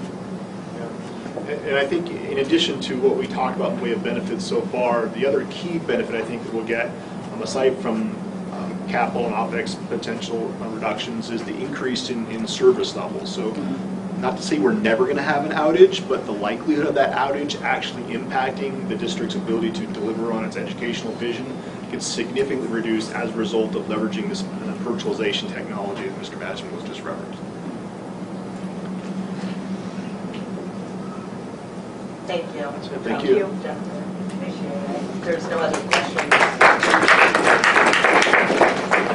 We'll go ahead and call for the vote. Doug Baskin? Yes. Pat Reddy? Yes. Alan Ward? Yes. Kathy Cox? Yes. Nicole Cohen? Yes. Okay, 6.2, award a bid for Novell to Active Directory migration project. This is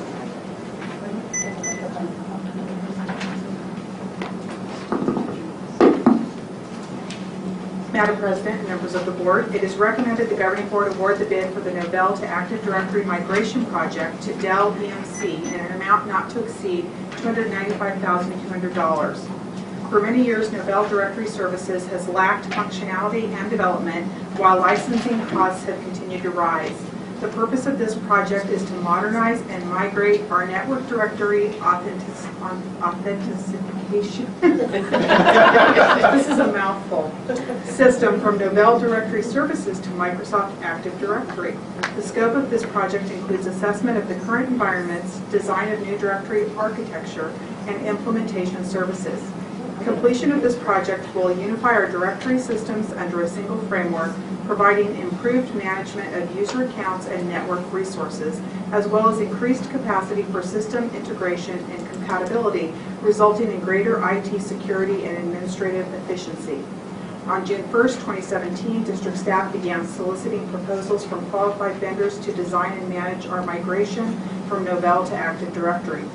5 vendors were contacted, 2 vendors declined to participate, and 3 proposals were received.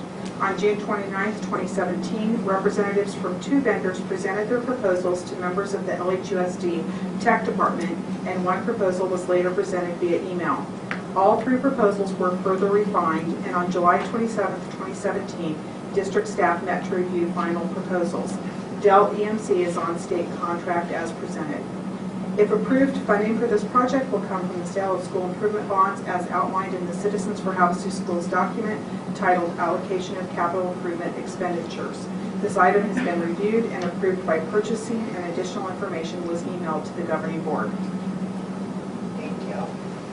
Do I have a motion? I make a motion to accept 6.2 as listed. Second. Are there any questions? This is the security that you were looking for. Okay.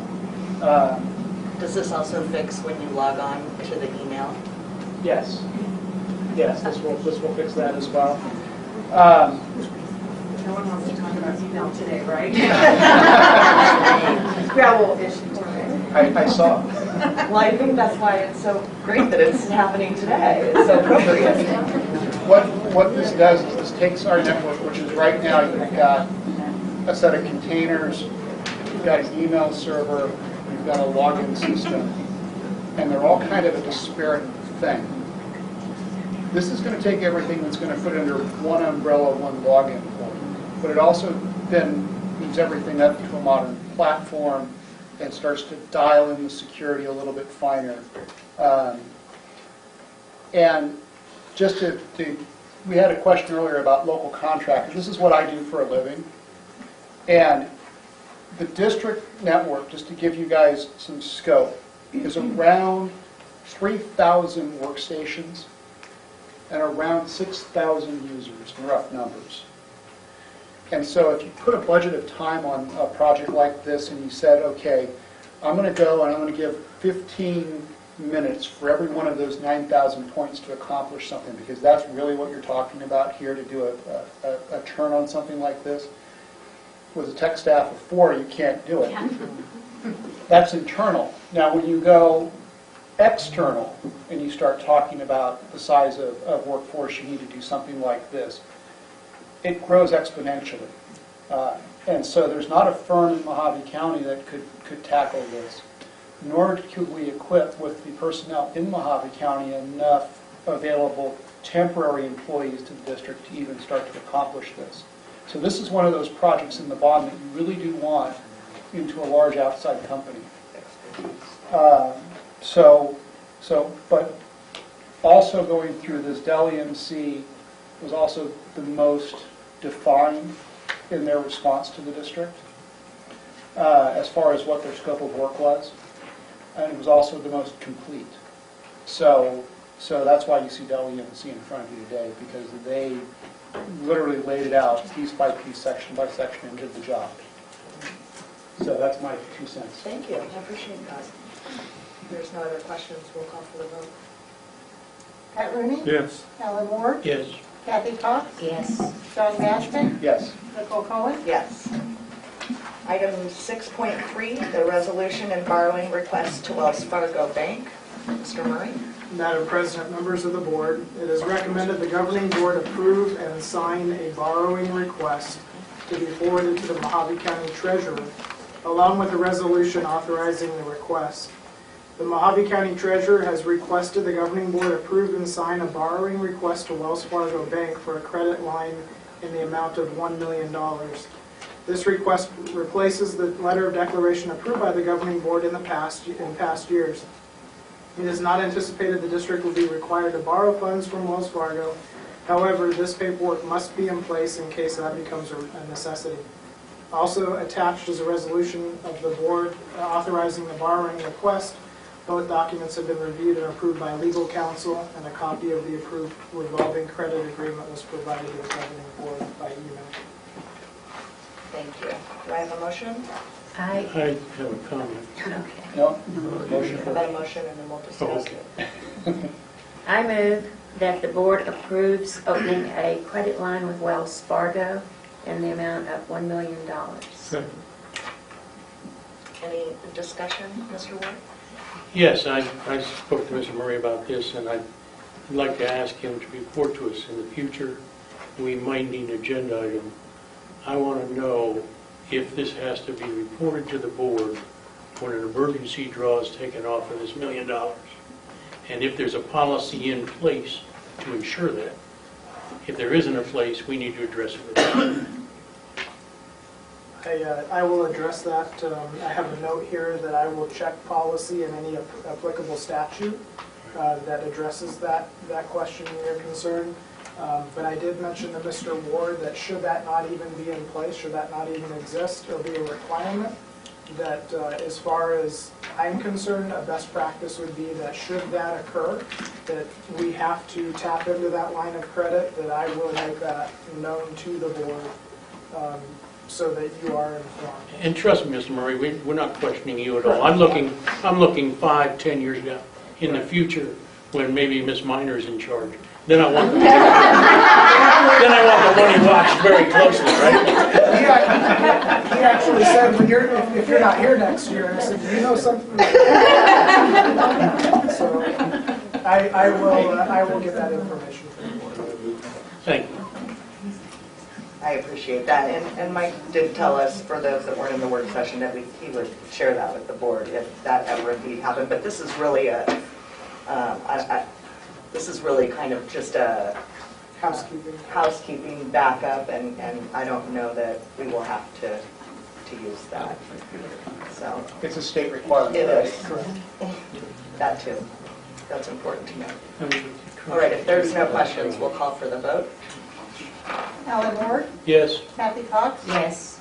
John Masden, Yes. Pat Rooney, Yes. Nicole Cohen. Yes. Item 6.4, approval of the governing board and administration travel. Mrs. Asire.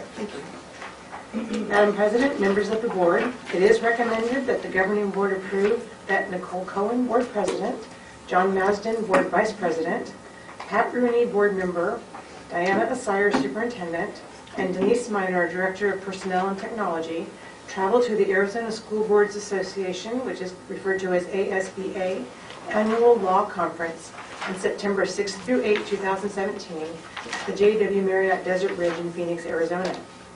The 2017 ASBA Law Conference will include 4 timely and in-depth half-day pre-conferences, 3 national acclaimed speakers on leading-edge topics, 2 sponsored networking receptions, 28 breakout sessions, and 52 overall sessions, updating board members on the changes in current law. This item has been reviewed by purchasing, and a completed travel packet has been received by the travel department. The maximum costs that would be funded from maintenance and operation include lodging at $29.50, registration at $22.26, and fleet cost at $406. Thank you. Do I have a motion? I make a motion to accept 6.4 as listed. Second. Any questions or discussion? Call for the vote. Kathy Cox, Yes. John Masden, Yes. Pat Rooney, Yes. Alan Ward, Yes. Nicole Cohen. Yes. Item 6.5, approval of memorandum of understanding between Interagency Council of Lake Havasu City and Lake Havasu Unified School District for Student Assistance Program. Mrs. Walter. Madam President, members of the board, it is recommended that the governing board approve the memorandum of understanding between the Interagency Council of Lake Havasu City and Lake Havasu Unified School District for the Student Assistance Program for the 2017-18 school year. The memorandum establishes a formal commitment between the parties to support collaborative work better addressing the behavioral and social needs of our at-risk students through the Student Assistance Program in all our elementary schools, with the intent of providing services in the middle and/or high school if opportunity and time permit. Interagency agrees to administer and provide the Student Assistance Program to support the elementary schools, and Lake Havasu Unified School District agrees to provide $10,000 in grant funding to supplement the wage and benefits of the Student Assistance Program Coordinator. Funding will come from the 220 grant. This has been reviewed by purchasing. Legal has reviewed the document as to form. This will be our 4th year working with Interagency Council, Lake Havasu City, and the elementary program. The agreement is attached for you to review and will be presented as you see. Thank you. Do I motion? So moved. Seconded. Any questions? I just wanted to say thank you for having the fundraising statement removed Yes. and updating some of the verbiage. And thank you for telling us how many students it served last year, 117 students. So it's good to know that. And this also kind of highlights the need for the data security because, you know, some of these students utilizing these services, there's some very private information that we really need to take great care of protecting. So if there's no questions, we'll call for the vote. Tom Daston? Yes. Kathy Cox? Yes. Alan Ward? Yes. Pat Rooney? Yes. Nicole Cohen? Yes. Item 6.6, approval of the renewal of nurse clinical practicum and or internship, externship, educational experience agreement between Lake Havasu Unified School District and Mojave County Community College District. This is Mrs. Walter, sorry. Madam President, members of the board, it is recommended that the governing board approve the renewal agreement between Lake Havasu Unified School District and Mojave Community College to provide interested students with an opportunity to have a clinical practicum and/or internship, externship, educational experience in a school setting for potential registered nurses. Our current 2-year clinical agreement will expire in September. NCC is requesting renewal of our current agreement as required for their accreditation and licensure requirements. The agreement sets forth an understanding as to the responsibilities and rights of both parties in providing authentic school nurse practicum experience for potential registered nurses attending Mojave Community College. This agreement will be in place up to 2 years from September 24, 2017 through September 23, 2019, and may be renewed by mutual written agreements of both parties in the future. It has been reviewed and approved as to legal law. May I have a motion? I make a motion we approve item 6.6. I'll second it. Any questions or discussion? I just want to put for the record, I have serious concerns about this. I understand it's wonderful for college and for the high school. We both benefit from it, but this program is fraught with some dangers that I think we ought to be aware of, and monitoring of it should be very strict. Would you like to enlighten us? Beg your pardon? Would you like to share? Well, I think when you have non-employees interacting with teenage students, you need very strict control. And I understand right now we're fine, but once again, looking 10 years down the road, things can deteriorate quickly. And we need to be aware of it and maintain our vigilance. Don't we allow for student teaching to be done in the district by NAU and all that? We ever run into a problem with that? Not during the time that I oversaw it. Well, I've been here a long time, and I can think of it. Imagine that they'll, on something like this, they'll not only have people from the community college coming over to monitor them because, I mean, they want to get credit for it, but also they'll probably have a person right at the school site that's going to work with them, right? That is correct. There will be a nurse, and generally will be a registered nurse on site. Yeah. We do have some licensed practitioner nurses, but currently Tammy Dutton has been in contact, and we do have a couple other nurses that are interested in this opportunity to expand it. Right now, we're just looking at Thunderbolt Middle School and possibly Smith Tree Elementary. But again, it depends on the scope of that and the nurse willing to provide that supervision. And they are under the direct supervision of our nurses. Good. You said the direct supervision. Okay, good. And I don't mean to be adversarial here, I just, saying that we've never had a problem with it, you know, is just not an answer. I hold with my statement that we need to maintain our vigilance on the program. And like you say, if it's under direct supervision, that's fine. But there's many opportunities here for problems. Are the students coming over from MCC to view this program, are they background checked at all? That's one of the requirements when you're looking at them going into their clinical practice, because they are on site, that usually they are required to go through that before they're allowed to do their field practicum experience, just like our student teachers have to have that addressed before they can be on site. It does state on page 2 of 10 that they require a criminal background check. G3.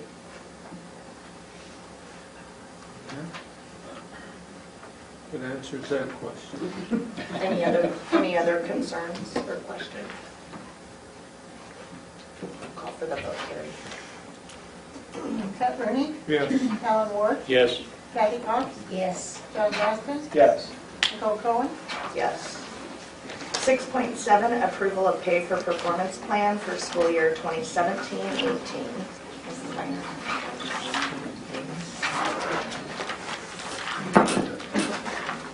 Madam President and members of the board, it is recommended that the governing board approve the following performance pay 301 plan for 2017-18, also known as the Classroom Site Fund. Lake Havasu Unified School District has high expectations for our students, teachers, and administrators. In that context, the LHUSD 301 performance plan is designed to compensate teachers for attainment of school goals as well as individual performance. This year, the LHUSD District 301 Committee met to review this framework and made no significant revisions. A full copy of the document will be forwarded to the board electronically. Already has been.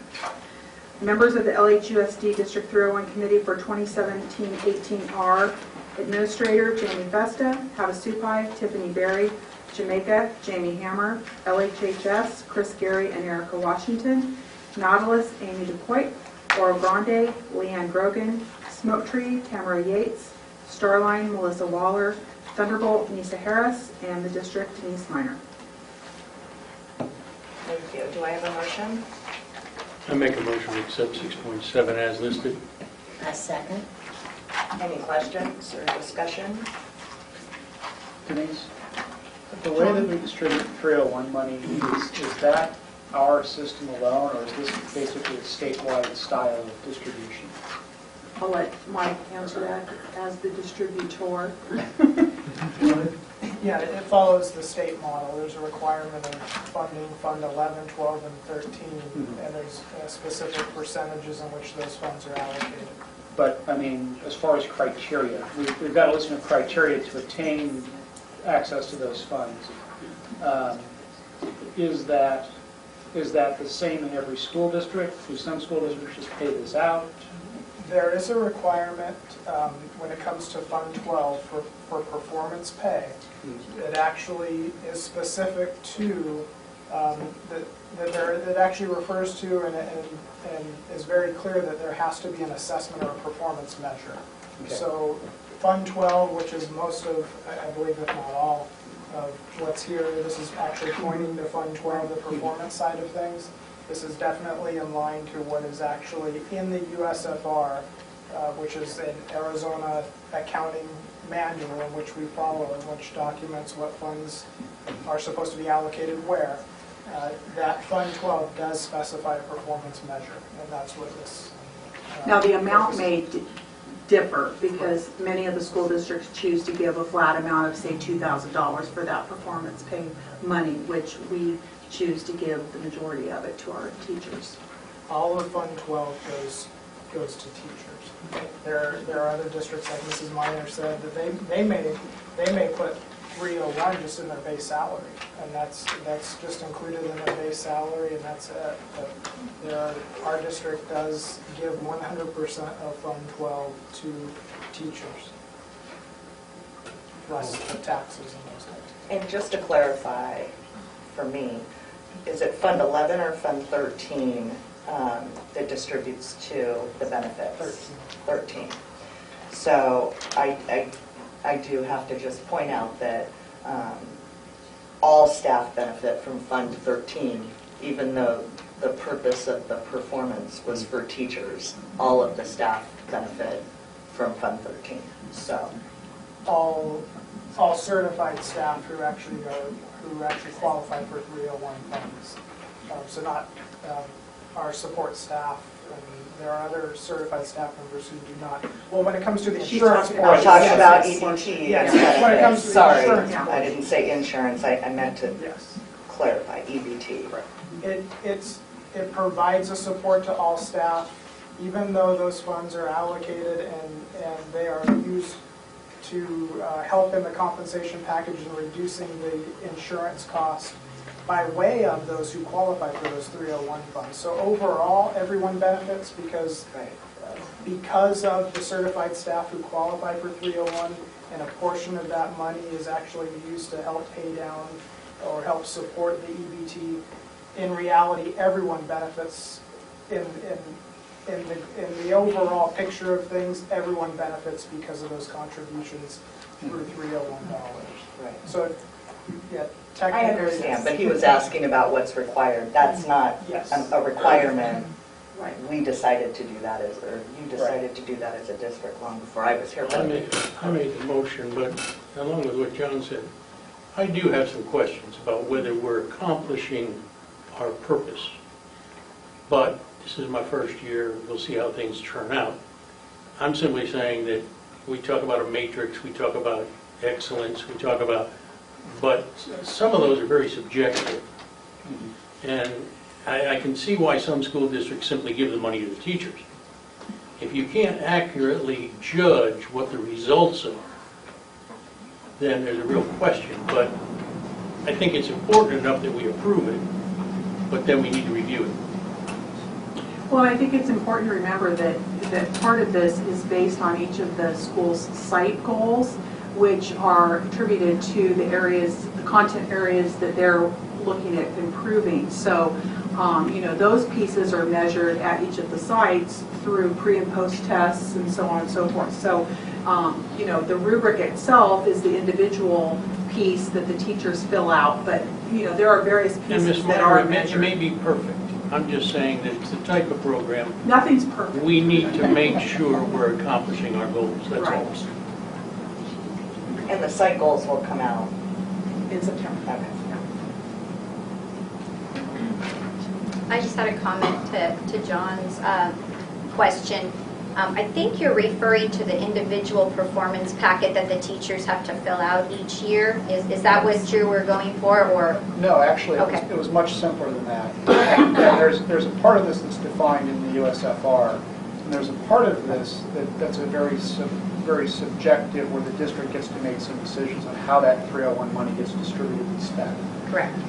And David had sent me a couple of questions the other day that kind of got my brain working on that. It might be important to point out that not all districts treat the 301 the exact same way. However, 17 years ago when this all was coming about, the beauty of it, the beauty of the language of the 301 proposition was that it was giving the local control. The district had that control, and they could create within these parameters what they wanted it to look like. And so everybody's is different, and that is kind of the beauty of it. But I also want to make note that we're going to be doing this. This is going to be a hot discussion in the next year, because we've got to pass another proposition if we want this money to continue. So in 2020, we're going to be, well, actually next year, the campaign is starting, and we're going to have to be fighting for this. And I'm not picking on it, don't get me wrong. What I'm doing is I want to make sure that it's well understood that this is not a one-size-fits-all program. And you have control over that. And we've been very grateful over the last 17 years that our board is one of the few boards in the few districts across the state that has allowed us to obtain as much money as we can. They put 100% of this pot, you're going to get the majority of this pot, we're going to put it into your compensation. We were thrilled, especially when we went to our state organization meetings, and other districts would find out what we were doing, and they were very jealous. So we do want to thank you for that. You've always had that commitment to your staff, and appreciate that. But you can design it however you want. And we don't know what the next proposition will look like. Will they tweak some of that wording? Will they take some of those clauses and take them out? We're not quite sure yet, but be on the lookout for that. But that tweaking part might come about in the next 2 years when we get a new proposition. Yeah. I just wanted to say, I just did a paper on this and did lots of interviews, so just wanted to say that something to keep in mind in your discussions in the future, because it sounds like there are going to be many. This is a way that we have used, that this district has chosen to use fringe benefits to make up for salary differentials between our district and other districts around the state. And it is one way that you are able to attract people, is because of the benefits and because of the 301 package being paid out, because that actually makes it pretty close to what other districts are offering salary-wise. And I don't want you to misunderstand. Everybody I've talked to has said the same thing. We support this completely. It's good for our teaching staff. Yeah. But what I'm saying is, fine, we support it. Now let's make sure it's meeting our objective. Right. Yeah, I don't think anybody's looking to make any cuts anywhere in the 301. I think it's just trying to understand, you know, when you only have, this is just the performance pay framework, we haven't, and we're a new board, we haven't seen the cycles yet, you know, there's a lot of components that make up the whole thing. And, you know, when I've read through maybe some of the rubrics, I've questioned why certain things are in there. I don't think they belong in there, but I don't understand everything yet. So we're just starting to question the little things, not the program, and I just want to get that clear. Okay. Any other questions? Roll call. Alan Ward, Yes. Patty Cox, Yes. John Baston, Yes. Pat Rooney. Yes. Nicole Cohen. Yes. Okay, 6.8, approval of vouchers, student activity funds, and auxiliary funds. Mr. Murray. Madam President, members of the board, it is recommended that the board approve vouchers for July 2017 in the amount of $2,453,472.77. Student activity funds for K-8 for June 2017 at $33,657.06, and student activity funds for 9 through 12 of $222,880.89, and auxiliary funds of $791,386.60. Thank you. Do I have a motion? So moved. Seconded. Any questions? I have one question. In Fund 610, capital outlay on the white sheet that was passed around, Yes. it says school dude and in parentheses inventory. Correct. What is that? That is the new inventory system that we began, we started to put it in place around May of this year, last fiscal year. And that is the new inventory system for our warehouse, in which we can better track the incoming materials and then the outgoing material to the specific sites. And part of that inventory system, and it's a managing system, will allow school sites to request supplies, whether it's office supplies, school supplies, or custodial supplies, in electronic format. In years past, and speaking as a former principal, we had a requisition, if you will, come to us in paper format of all the supplies that is being requested at that particular site, and we would review it and sign off. And then that form would be sent to the warehouse for those orders to be filled. So in order to keep track of our inventory, to see and be able to run reports on utilization and usage by the various sites, we purchased this system, and we'll now be able to have accurate and up-to-date and informed information in which we can make decisions as we move on into the future as to spending trends and everything else, just to keep a more watchful eye on what we have coming into the district going on. So it's all Mr. Ward's fault. What's that? It's all your fault. Well, I think Mr. Murley agreed. It also will give him the ability over time to be able to take a look and say, gee whiz, Grandy only spends this much on that. How are they saving on it and compared to the other schools? And we may find that there's a lot of money out there that we could sort of consolidate, put where we need it. It'll make everyone a little bit more mindful of just day-to-day operations. That's the goal.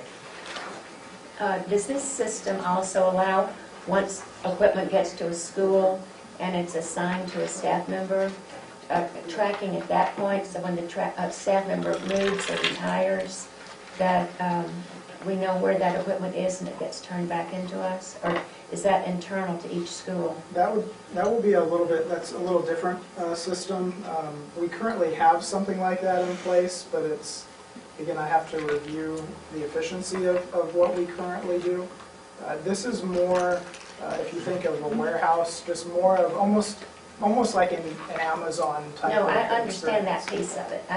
I wanted to know, once it got to the school, does it does, yeah, obviously it does not. That's just a yes. Yeah, all it's it doing doesn't. is tracking like a box of pencils from Got it. point A to B. Got it.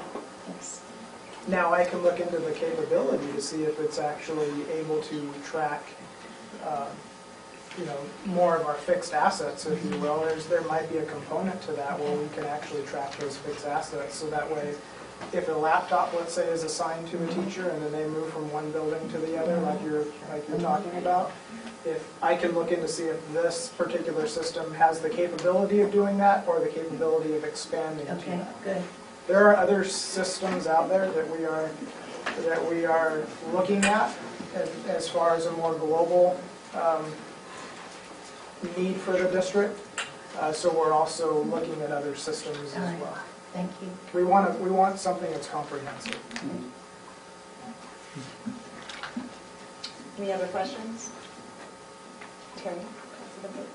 Kathy Cox? Yes. John Maxton? Yes. Pat Rooney? Yes. Alan Ward? Yes. Nicole Cullen? Yes. Okay, last action item, 6.9, approval of changes in policy regulation JICA-R, student dress. Mrs. Asaya. Yes, thank you. Madam President and members of the board, it is recommended that the governing board approve the changes in policy regulation JICA-R, which is a regulation regarding student dress. In the spring, the board approved dress code changes for each of the student handbooks. This change is recommended to align our regulation with the board-approved student handbooks. Thank you. Do I have a motion? I'll make the motion. I second it. Any discussion? Any questions from the audience? If you step up, and Absolutely. we'd like to get your name on the record as well. Sure. My name is Heather French. Both of my daughters attend Starline Elementary. I'd like to first say I am in complete agreement with this new dress code change with the fingertips. Sitting in my car, watching high school girls walk up to the school to retrieve siblings, family members, in shorts that I wouldn't wear out on the boat? I don't think so. I was offended the first 2 years I was at Starline. As a Havasu alumni, under you, Mr. Rooney, I know there's no way he would tolerate that. So I'm like, what the heck is going on? Thank you, Mary. And I didn't appreciate it at the time, but I do now. He was tough. My problem with it is my daughter's second day of school. She's got long legs, long arms. Mr. Murray, you said it best when you were talking about the athletic stadium. You can't please everybody, but we need to be open about it. She was slightly within violation. I got a phone call, I got a letter sent home, and they changed her clothes at school. She's 7. She's second grade. Clearly she's not being seductive, sexual. Her butt cheeks weren't hanging out. The embarrassment that it caused her to have her clothes changed, be sent back to class, not during recess, during valuable class time. I was on the phone for 5 minutes with the front office, expressing my concern for this. My daughter's standing there, missing class time. Clearly it wasn't a disruption to the class, because it was caught at 10:35 in the morning. I think a simple phone call and the letter home would suffice. The changing of the clothes, second grade, it's got to stop. That's ridiculous. I know you guys say district-wide. Well, if my high schooler is tardy, they get an hour detention. My elementary doesn't, because it's not age appropriate. There needs to be a change. So please be open about that. Can I say something? Absolutely. Anytime I knew the person who brought the shirt into the high school that the kids wear, and I actually knew her very well. And it was very difficult making a change in the rule.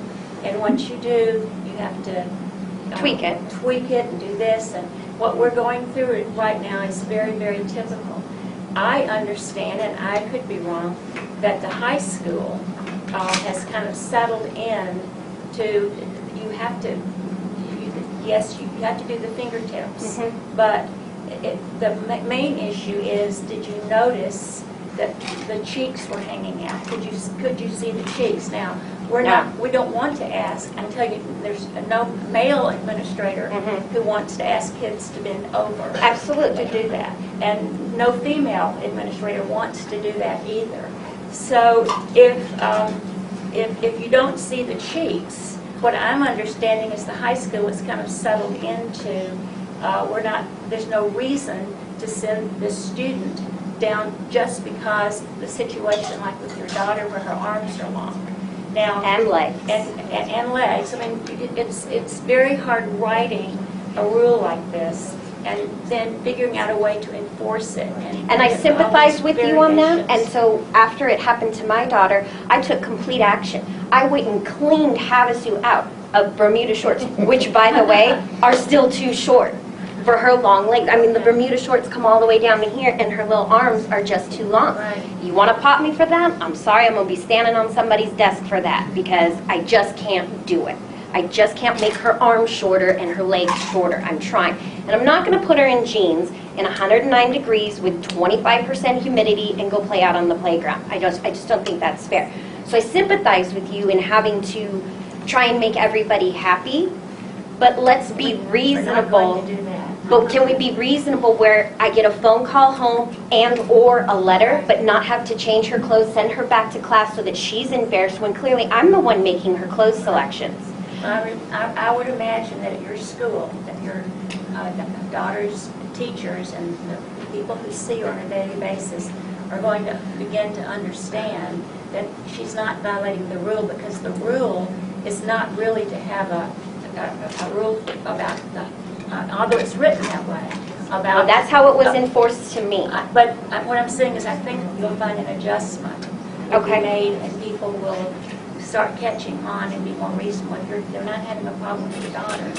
And that I understand too, but I also don't think that on a first offense, second day of school, that I should get a phone call home, a letter home that I have to sign, and change her clothes at school. I was most upset at the embarrassment that she had to face by changing her clothes at school as if she had had an accident, being taken from class, then being put back in class in different clothes.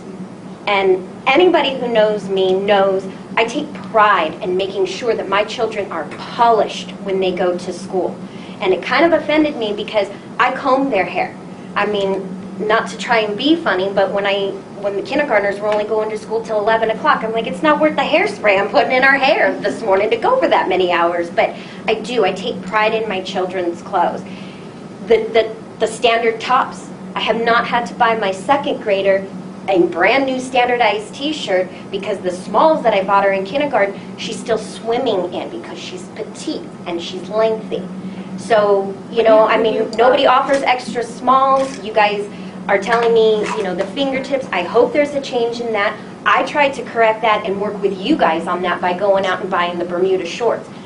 But the fact that my daughter's clothes were changed at school, I got a phone call home and I got a letter sent home that I had to sign, I felt was excessive and overzealous. It was too much for the second day of school. I get your no tolerance. I understand that. I'm willing to comply with that. Because again, I watch these high school girls walk up and I'm like, girl, did you look in the mirror before you left the house? Because they've fallen out and they're not even bending over.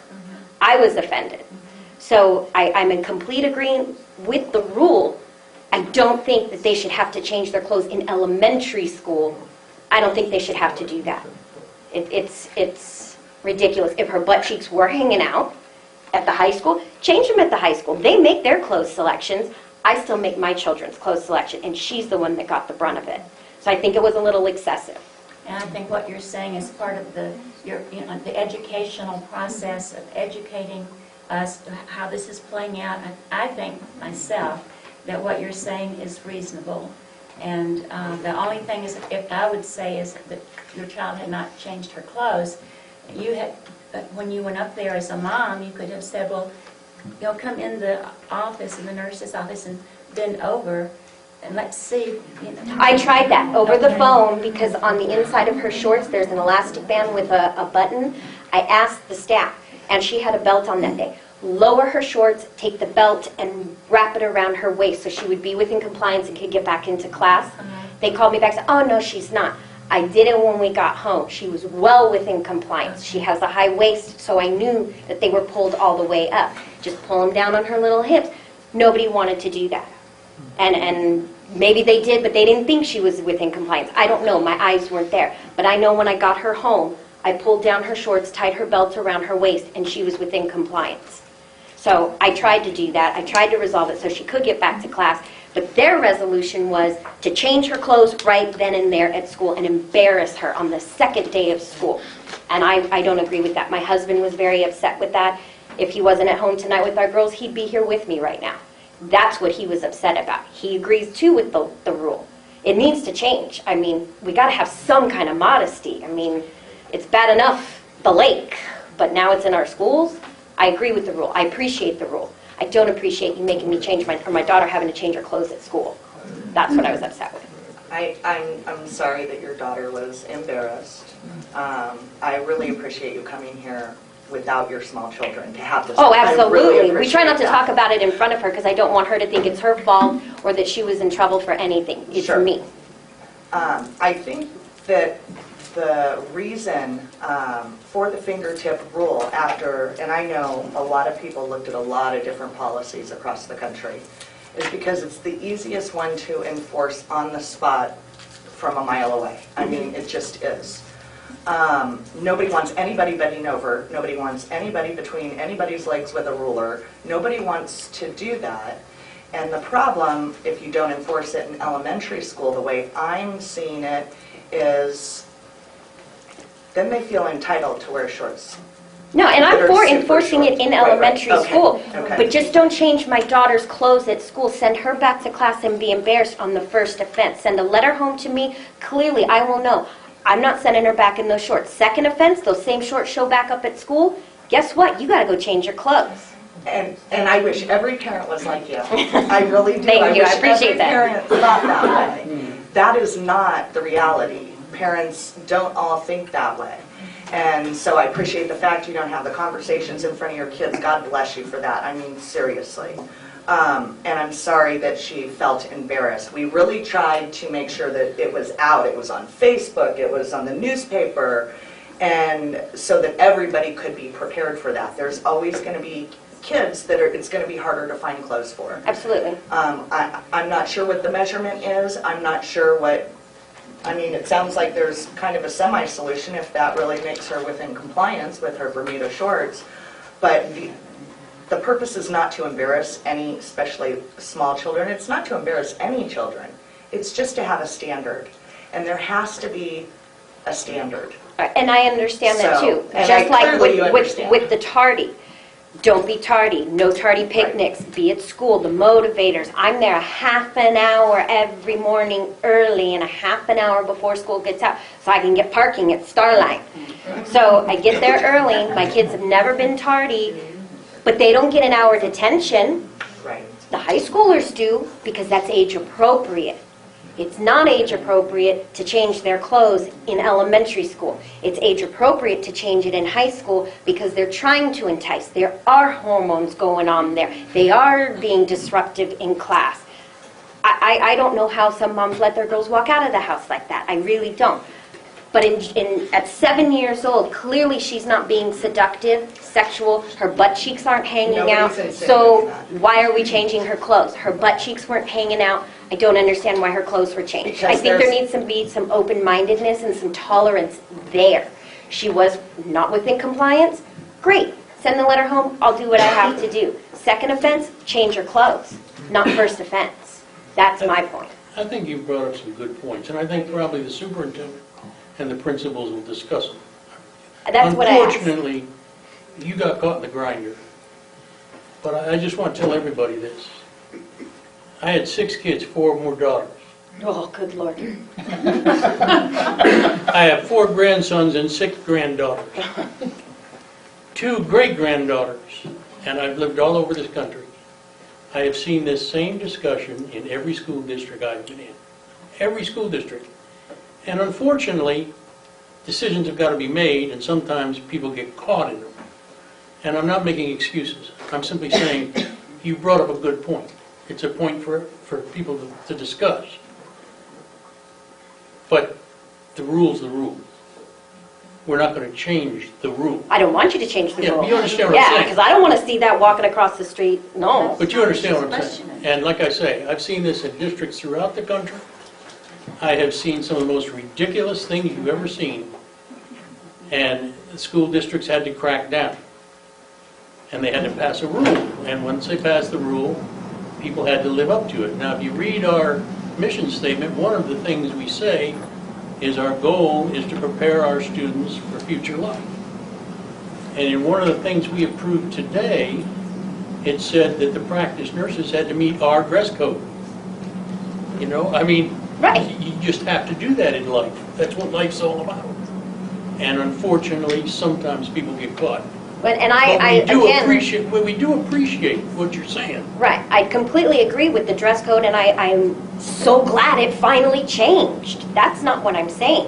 I'm saying the first offense doesn't need to be changing of the clothes. And you haven't heard any of us arguing with you. And that's all I ask, is just take it into consideration. Well, I do want to share, so that the principal isn't targeted for this, that this was the direction from me to the principal, that they have alternative shorts on hand for students to change into.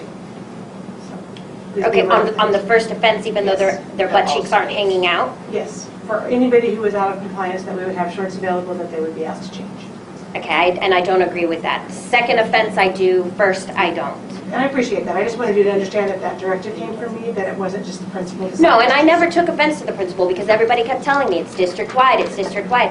And I get the no tolerance policy. I'm willing to obey with it, but I think, like Ms. Murray said, you can't please everybody, but you got to be open. And you guys ask us to be open about plans and budgets and allocations. You guys need to be open to our concerns too, and that is, second offense, change your clothes in elementary school. Because there's a district-wide policy for nobody being tardy, but the age-appropriate punishment fits with the hour detention in high school and barely anything in the elementary school. So that's all I'm saying. But I do appreciate you all hearing me and letting me speak tonight. I appreciate that very greatly. Thank you so I'd like much. to say one more thing. Yes, ma'am. Anytime there's a new rule or new law, there's the rule and it's written, and then there's another part called enforcement, and that's what we're doing right now. We're going through enforcement, and we're learning. You know, there are police officers who, if you come to a California stop, you don't stop when you come out of Chase Bank. Your rolling turn, you're going to get a ticket. I know from experience. Then police officers, and I never do that. I mean, all I'm saying is, from just my experience in the school district, we're going through a period right now, and we'll all, I believe, will come down to common sense. They'll find a way to make it work. We always do. Right. And I think that that's what's going to happen.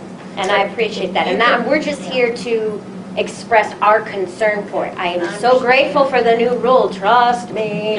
I just don't think the punishment fit the crime age-wise for what happened to my daughter. So that's what I wanted you to hear, take into consideration, be open-minded about, and maybe reverse that to a second offense. Because I know there are repeat offenders. I have worked in school districts before. I've seen it. So just be considerate of that. That's why I wanted to voice my opinion tonight. And I'm willing to work with you guys. Like I said, I went out and bought Havasu literally out of Bermuda shorts. I corrected it. She missed gymnastics that day because I said, we're going to correct this problem. So I did. And I will work with you guys, but just maybe kind of work with us too on some things. That's all I'm asking. But thank you all very much for your time. I appreciate it. Is there anybody else that would like to comment on the dress code before we take a vote? That's it. None of the 276 people online are here to comment? I put the fact that this meeting was happening on Facebook, and I've got probably 200, 250 comments on it. It's over 300 now. It's still going. It's still going. It's right there on the phone. It's still going. I invited people. I said, come on out. I want to hear your complaints. I came. You did.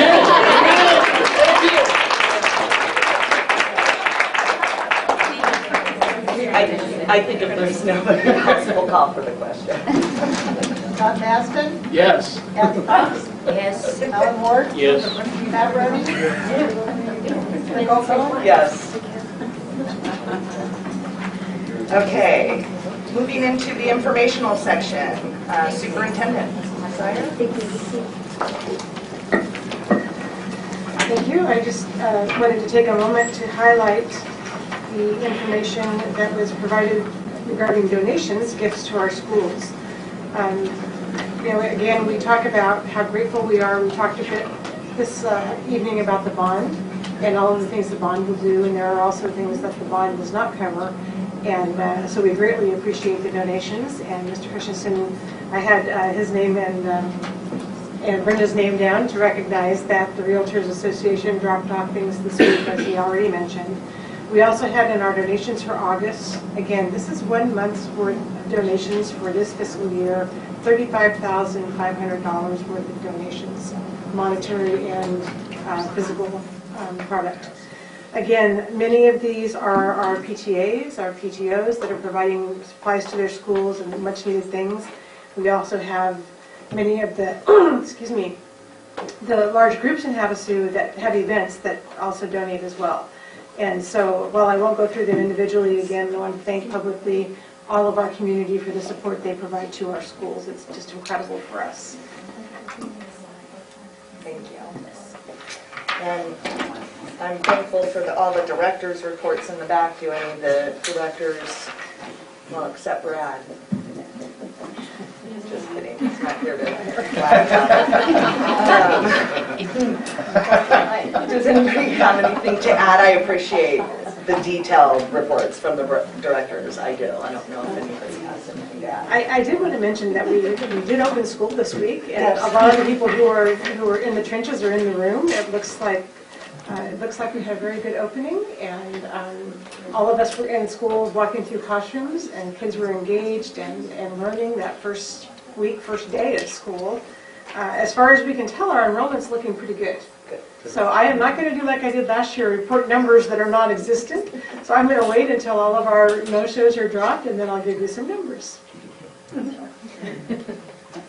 That sounds fantastic.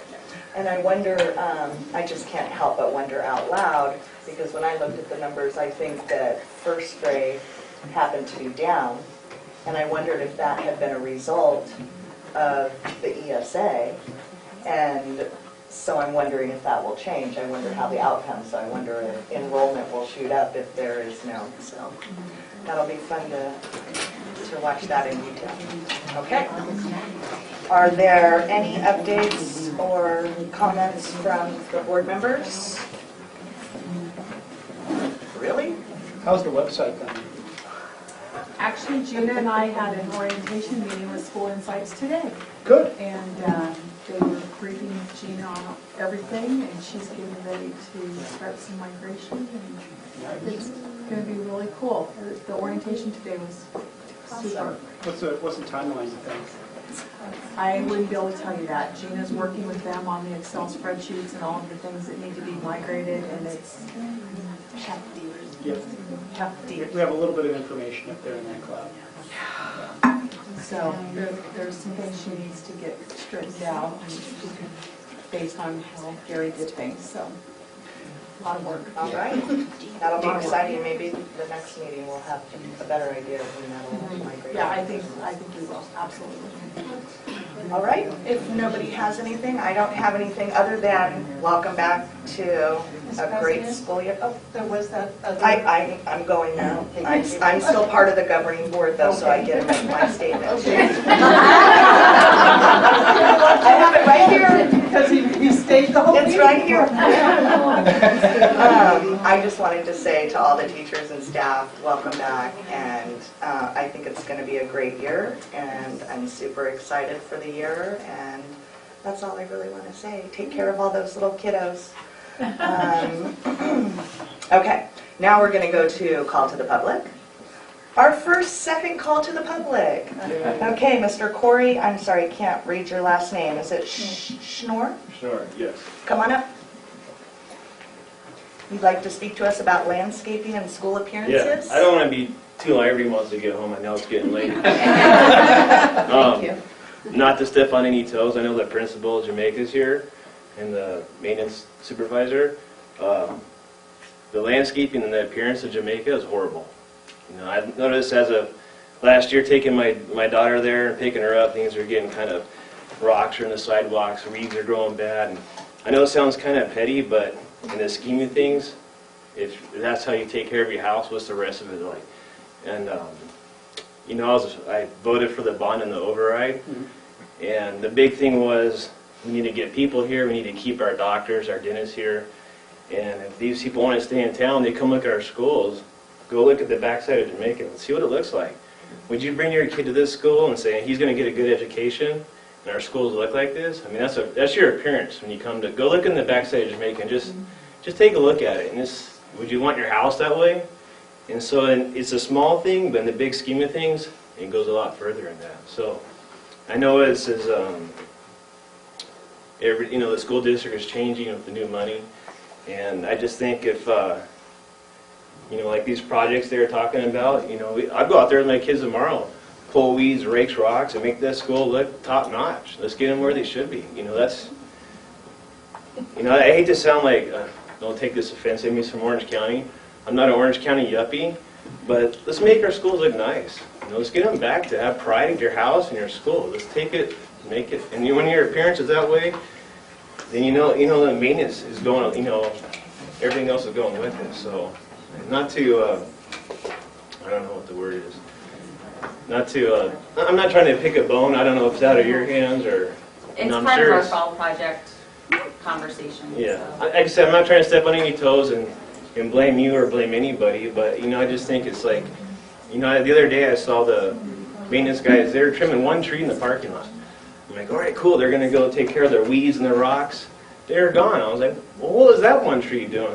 The next tree, you walk over, you hit your head in the branch. I'm like, you're kidding me. And you got rocks on the ground.